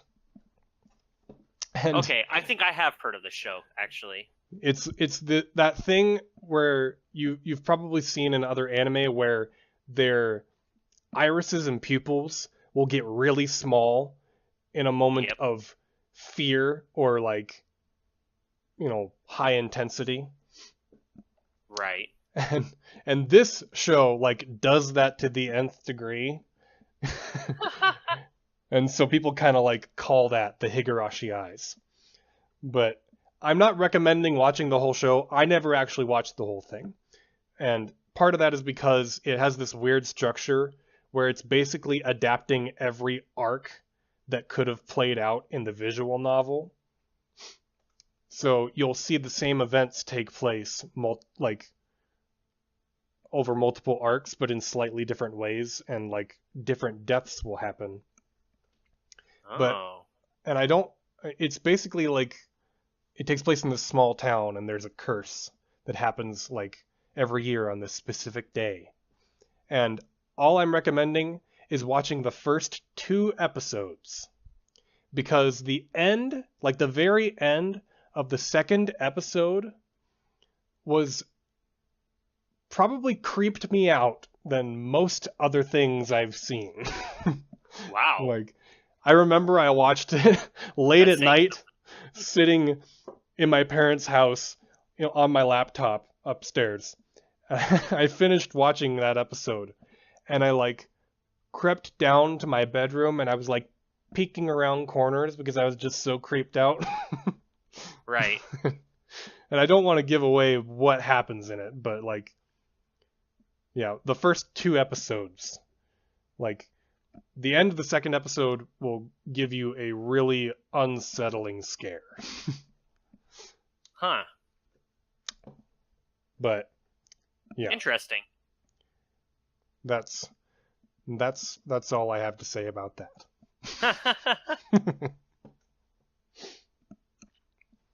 Sweet. So the next I guess segment that we are going into is horror games that we think more Yes. people should play. I only have one for this. I think... I only have one as well. Yeah, Okay. I consolidated down to one yet. All right. Would you like to go first, or... Sure, I know what yours is, so I'm interested to see what you have to say about mine.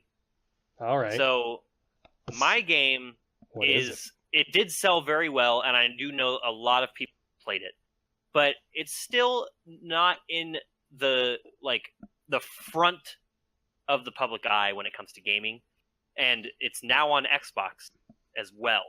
So every platform has access to it except for Twitch, unfortunately. But that game is Hellblade: Senua's Sacrifice. Oh yeah. So this game might not be horror in the conventional sense. It's more of a psychological horror and thriller. So Hellblade: Senua's Sacrifice follows the main character. Her name's Senua. She has to, and it's set in kind of like the 8th century Norse mythology type times. There's a lot of Thor and Odin and Surt, like the fire giant, and stuff talk. It's like some heavy stuff like that. It's very dark and gruesome. Valravan.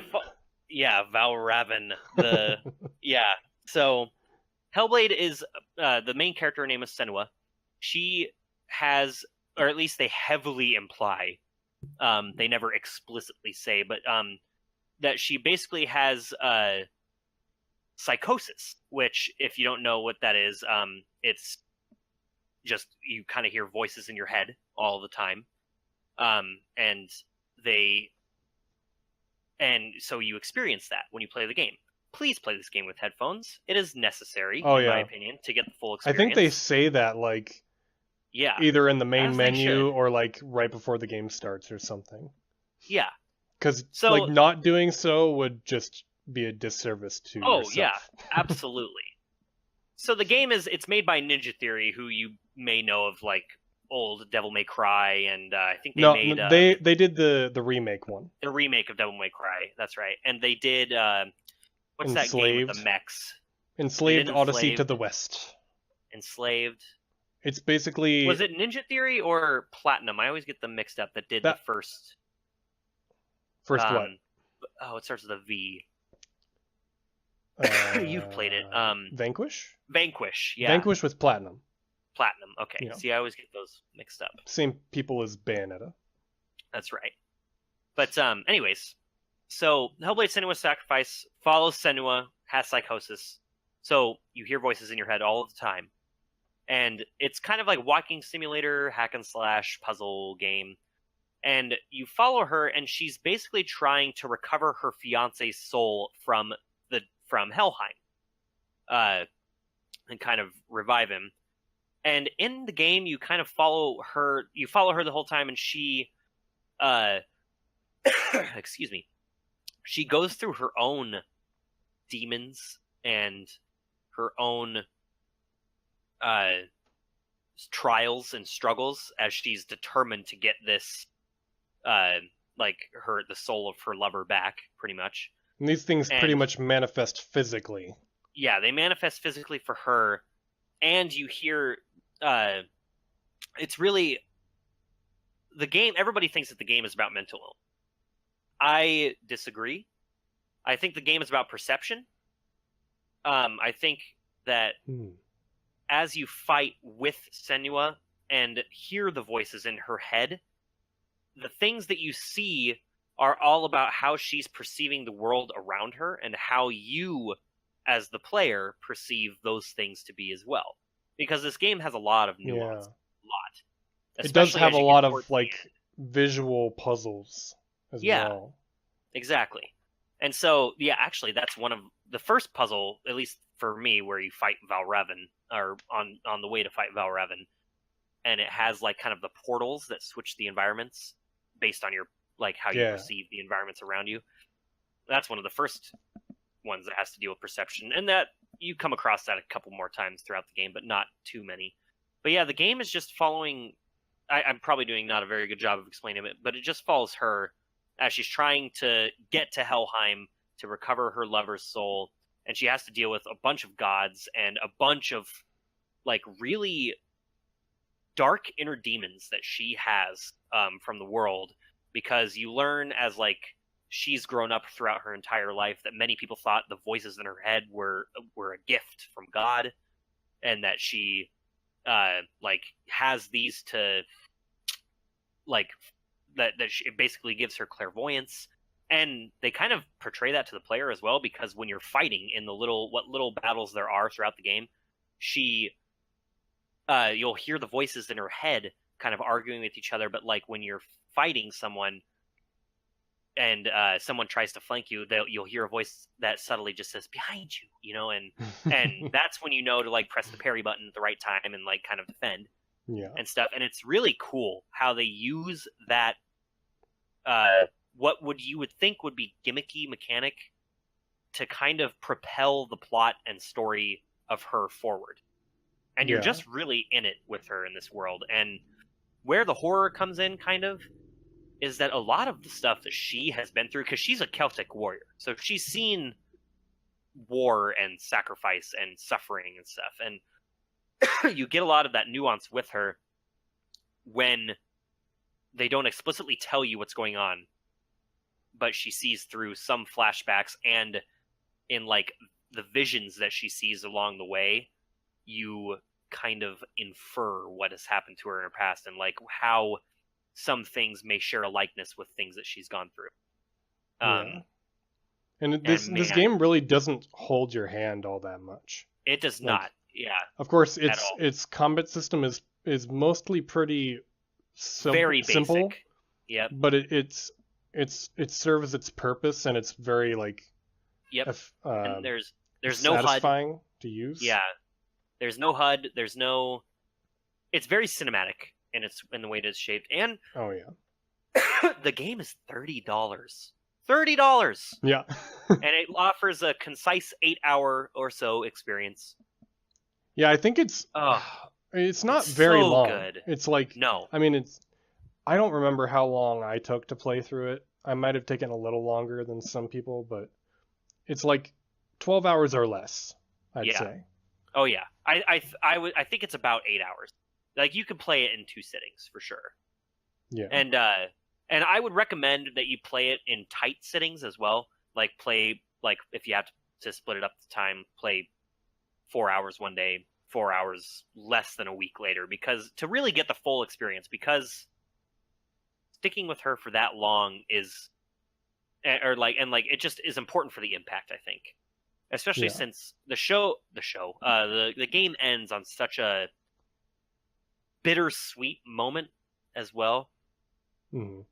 Kind of talking about it comments on loss and grieving and being able to let it go. Yeah, and it's just, I don't know. I love this game. It's so good. It's just, everyone needs to play it. It is absolutely worth the $30 price tag. Yeah.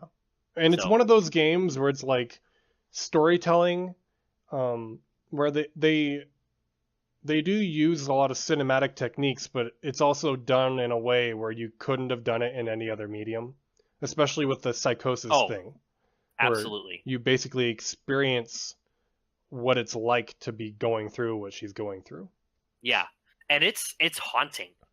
And that's kind of why I chose it as, it's a little bit unconventional, but that's why I kind of chose it as the horror Halloween game, is you get to experience these things that like you only really hear about in media, of people hearing voices in their head and stuff like that. And it's very, very haunting and kind of horrifying how she goes through these things. And it's also, in the same vein of being that, it's also very inspiring, because the creators of the game did look at they consulted heavily with actual doctors and physicians that deal with mental illness, and specifically psychosis and stuff like that.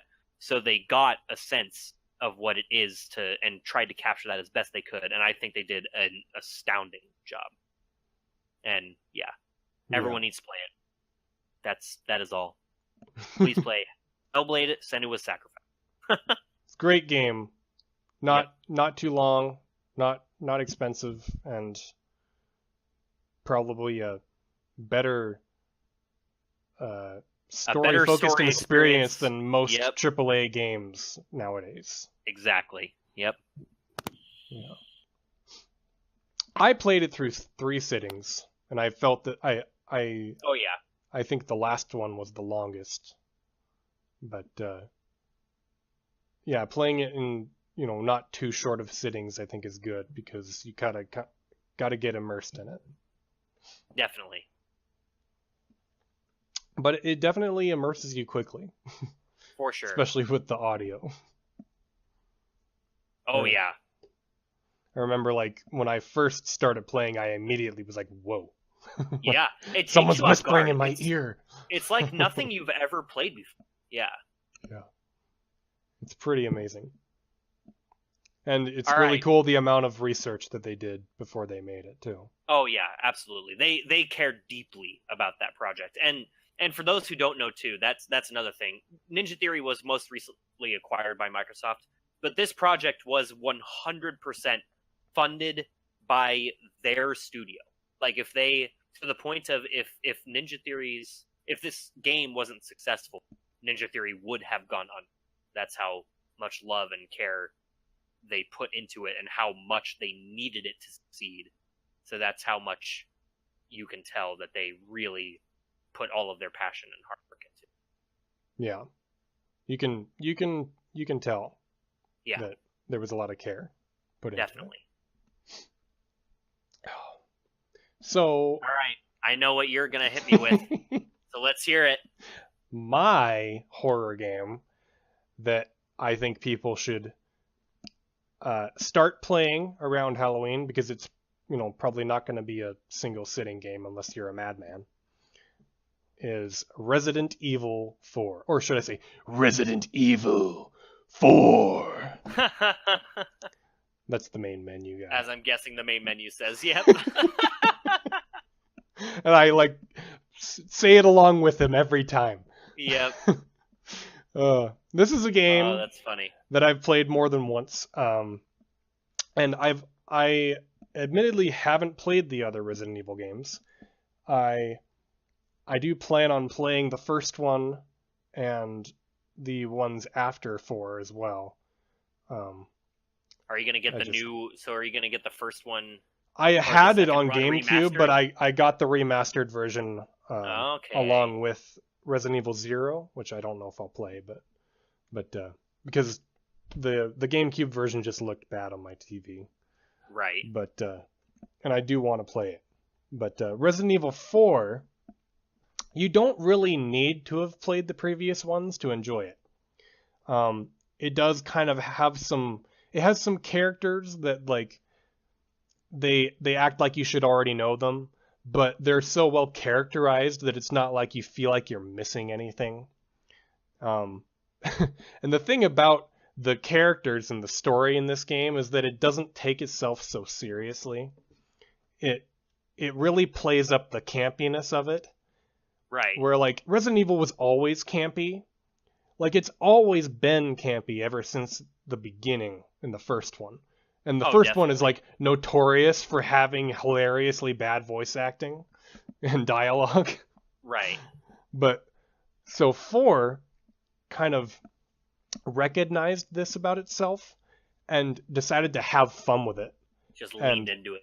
Yeah, Yep. and what's great about it is that it's both mechanically satisfying to play, like it plays so well, and though it is kind of an older model of gameplay style for nowadays, like it's tank controls.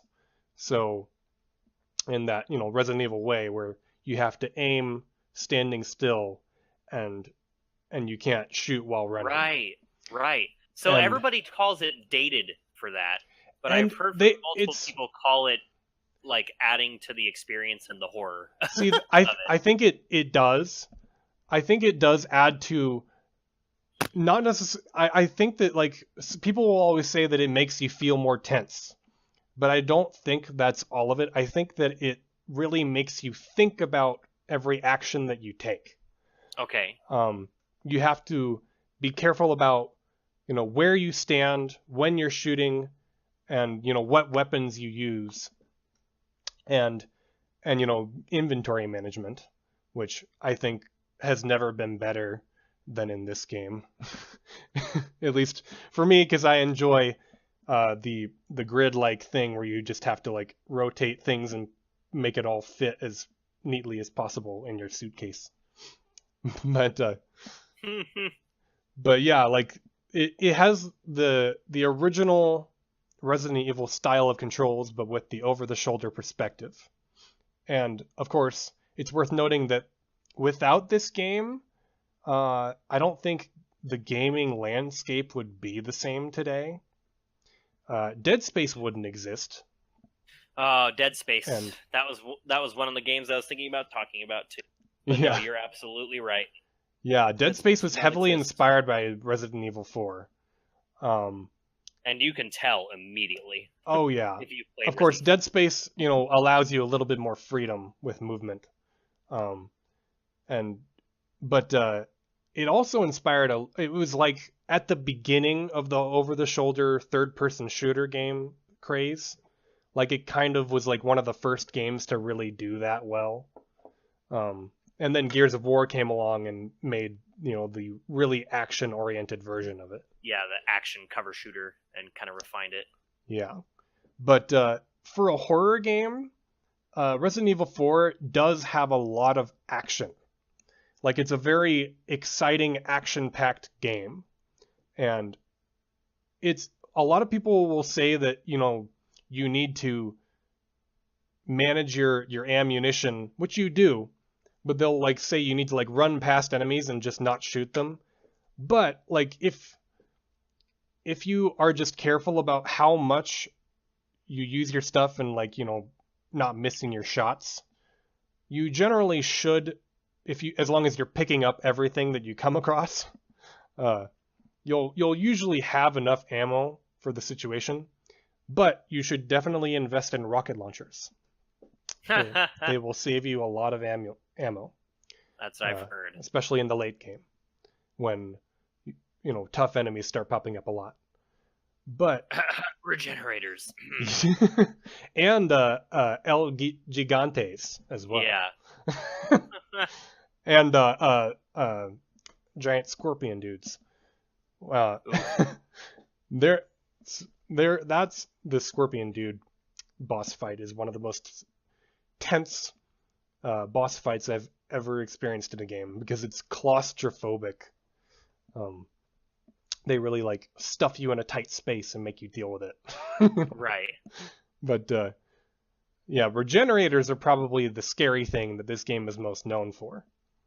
And it's not necessarily because the type of enemy is like not in any other game, but it's the way that it's done. Yeah. Like the way that it's introduced, like you just kind of pass one by laying on a table. And you just don't think anything of And it, right? it just kind of like shows it to you, and then you walk by. And then you're doing something in another room and you hear this noise in the background. Uh-huh. And then you hear this sound. Like this like That's blood curdling. this like struggling breathing sound. And of course, this happens after you read a file that tells you about, these people that were experimented on and turned into something that wasn't human, Yeah.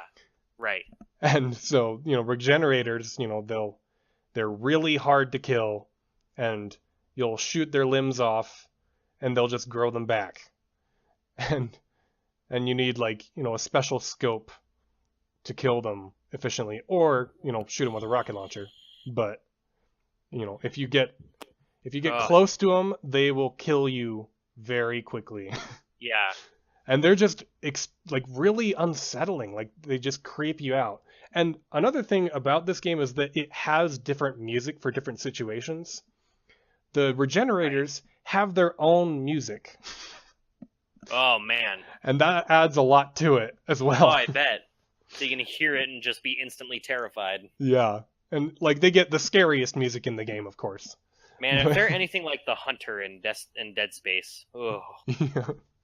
But yeah, in Resident Evil, one thing is that it tends to play music only when you're in a combat situation. So Right. one thing that's kind of nice is that as soon as the music ends, you know you've killed all the enemies. right. But of course, you know, there's still surprises around checkpoints, and you need to pay attention during cutscenes because sometimes there will be button prompts. And some people could, you know, see that as a flaw. I think at certain times it can be annoying, but I think that overall it does the QuickTime event thing pretty well. I feel like Right. it applies well in the situations that it makes you use it. You know, a lot of people hate QuickTime events, but if they're used well in like the blockbustery set piece scene and stuff like that, I really think that they can work pretty well. Yeah. But And yeah, this game isn't short. If you were really good at it, you could blast through it. But it generally, if you take your time with it, it's probably about a 24-hour game. oh, that's not bad though. But yeah, that's definitely, it's not short. Yeah. Yeah. And like the story is fun, and like you'll enjoy the characters, but then you'll also, you know, be carried by the gameplay. And what's so cool too is that it's a linear game, but it takes you through it, and you go through so many unique locations, and it constantly is introducing new elements and new enemy types, and you know, and it gradually gets more challenging as it goes along. But you also, you know, there's also the best character in the game, the merchant, who Oh, I have heard about the illustrious merchant. the merchant is, you know, if the merchant wasn't there, you wouldn't make it.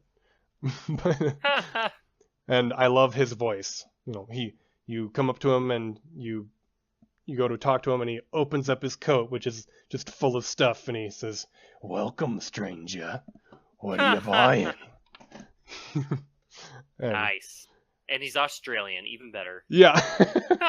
There's a lot of over-the-top accents in this game. There's a Hispanic guy who's, you know, clearly not voiced by a Hispanic guy, but Oh yeah, if they're gonna lean into it, you gotta lean all the way in, right? and of course Leon is, you know, they make a point to mention that he's American. And Right. he's, you know, the Japanese stereotype of an American, and I love it. Of course, right. You know, and he yeah, you know, because does backflips and oh yeah, roundhouse kicks and says one-liners. even though he's Oh. a police officer, right? Yeah. The whole premise of the game is that you're rescuing the president's daughter. Right. And so Ashley.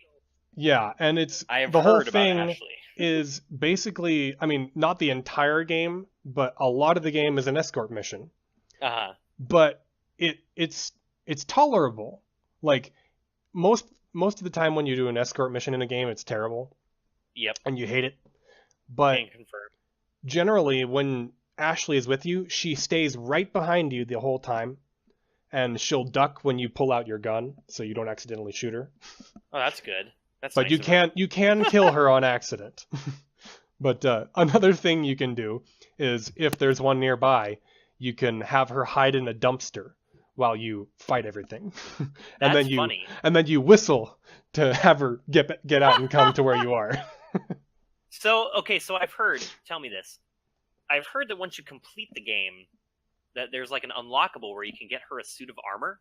Yeah, She so doesn't die all the time. you can it like allows you to play at a, I think, like normal difficulty first, Uh-huh. and then after that you can play new game plus, where like I don't know if you just need to start a new game, or if you had to like do something in the first playthrough, but you get a new powerful gun, and you can like get like new skins for Leon and Ashley, and then Uh-huh. like I think once you play like a certain difficulty level, then you can get a suit of armor for Ashley, which basically makes her unkillable.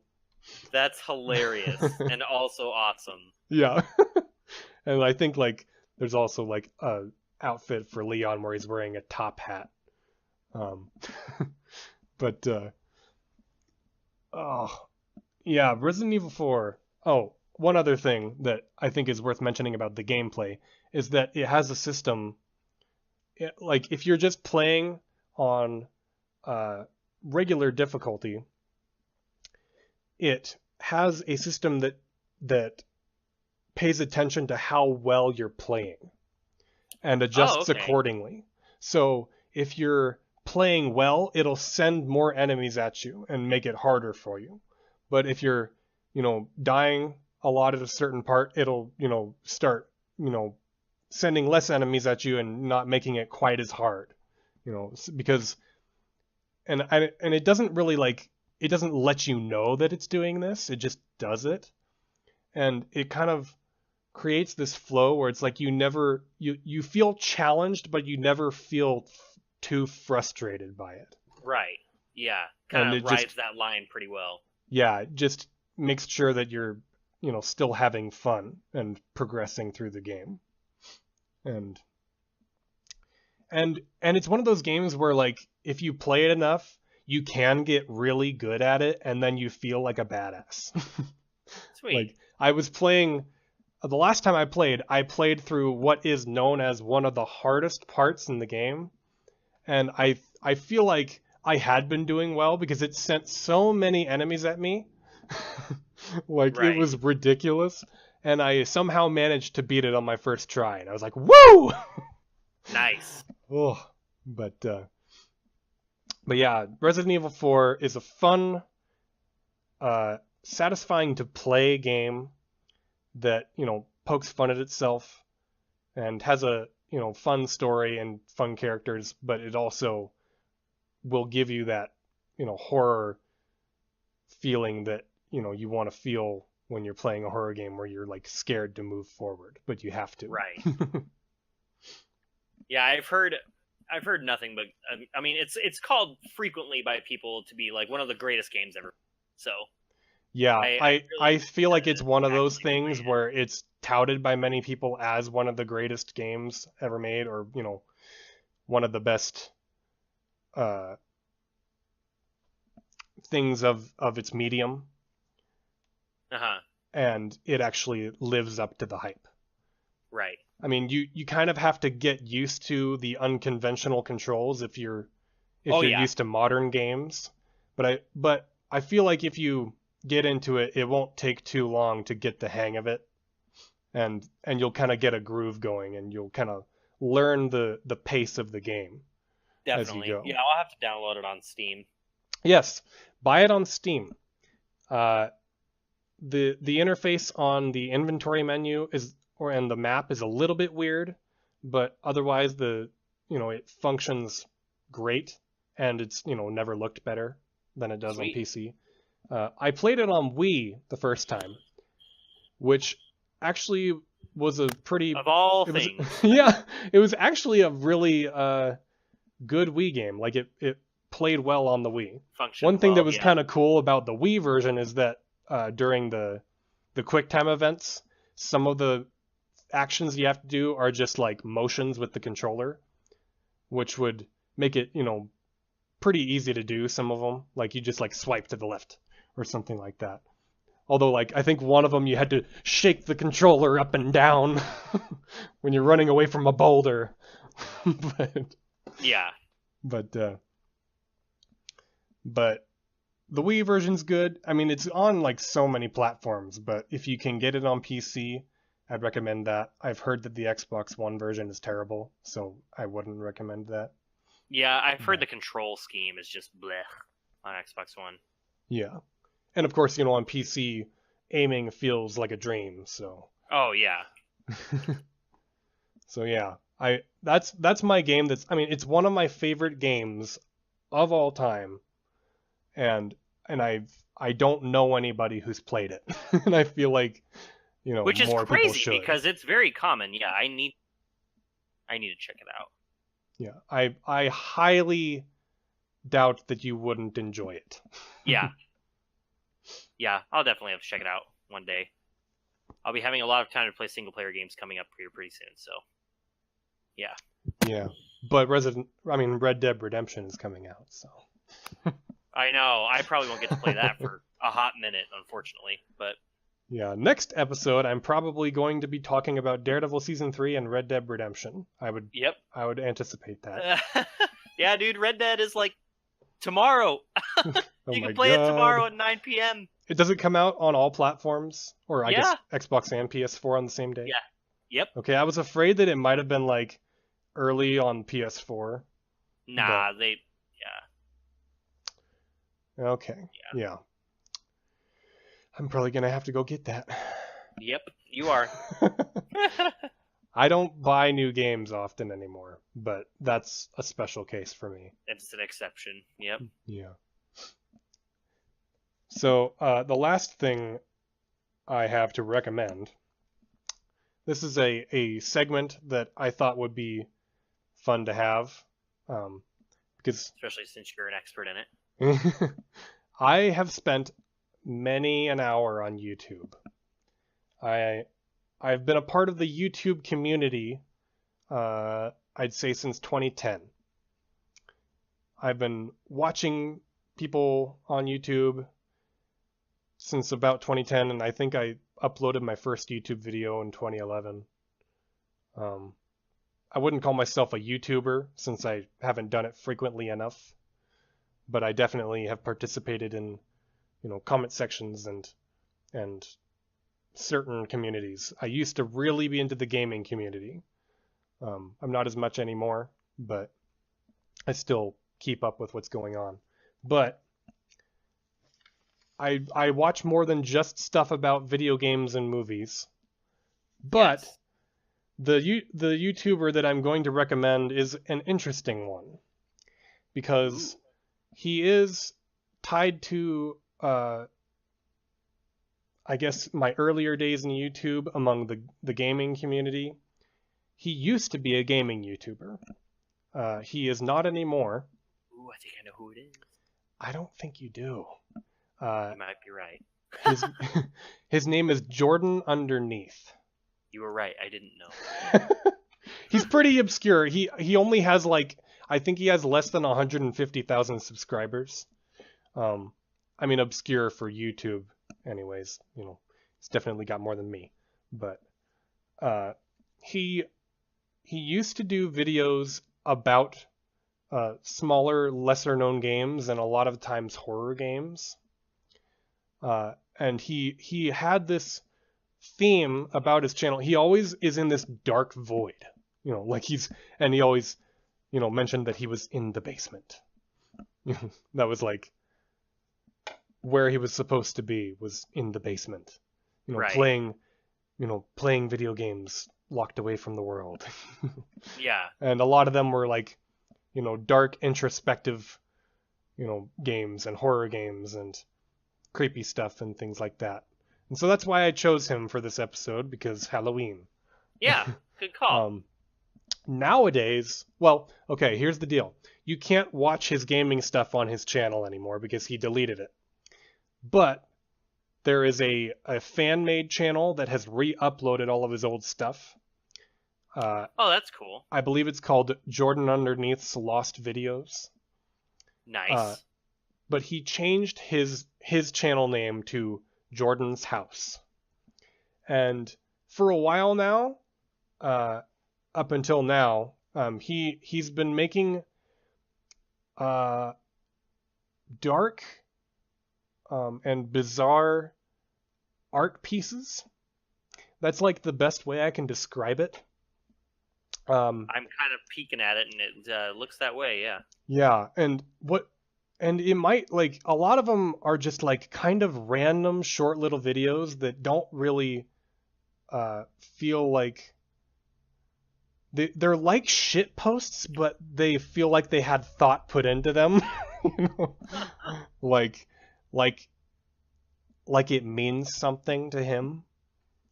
More recently, I think he's been doing computer animation, but before that, he was doing stuff in his basement, basically, with like characters and sets that he had created out of like craft materials. I don't even know what. I know he used a lot of paint, but and he had like this puppet that he used in more than one of his videos, and it's just so hard to describe, but I can't help but want to, I watch his videos every time he uploads, just because it's like, it's interesting, and you can definitely tell that, I mean, I appreciated his gaming stuff, and I liked, he definitely like had kind of a quirky personality. He kind of played that up a lot. And I liked the way that he presented the games that he was talking about. But I also appreciate that he's comfortable enough like with the size of his audience, and his audience is kind of accepted that he doesn't really want to do that anymore, and he's just kind of making stuff that's like his own art, that's like original by him. Yeah, good for him. And it's the kind of thing that you would only see on YouTube, like you're not going to see weird stuff like that anywhere else. The only other thing that I could compare it to is Poppy. And Poppy is kind of like the bright... Poppy's weird, like the brightly lit studio version of that. Like, just kind of weird, dark, like, sort of like shit posts, but like, it feels like there's a story to it, Right. And there's like a character behind it. But his is a lot more like, it's clearly a one-man show, and he's just like having, a brain blast and putting it onto a video. That's a good way to describe it. And I wouldn't say like I could really recommend a specific video by him, but I think that if you look into his catalog, you'll definitely find some intriguing stuff that right, and that's also kind of spooky a lot of the time, because Halloween. Yeah, no kidding. But yeah, he's Sweet. he's not so well known, and I think he's like a unique voice that I think people who could appreciate him would like to discover. Yeah, for sure. But that's about all of the recommendations that I've got. Sweet. Do you have any other topics that you would like to talk about? I don't think so. I think we did pretty well. Yeah. Well, I guess with that, I should mention, I probably should have mentioned this earlier, but we will regularly stream these recordings of the podcast on Dylan's Twitch channel. Yes. And if there are people watching, they are welcome to leave questions for us in the chat. But we also have a Twitter page for the podcast specifically called, it's just @PlannedRambling, where you can leave us, questions and comments and things if you want to. And we can either, if we get them during the episode, then maybe we can, answer them at the end. But if not, we can do them in the next episode. Yeah, precisely. So, and I like viewer questions. I often find that in podcasts that I listen to, they're often my favorite part. Yeah, people have interesting things to say, and I love the conversation that takes place.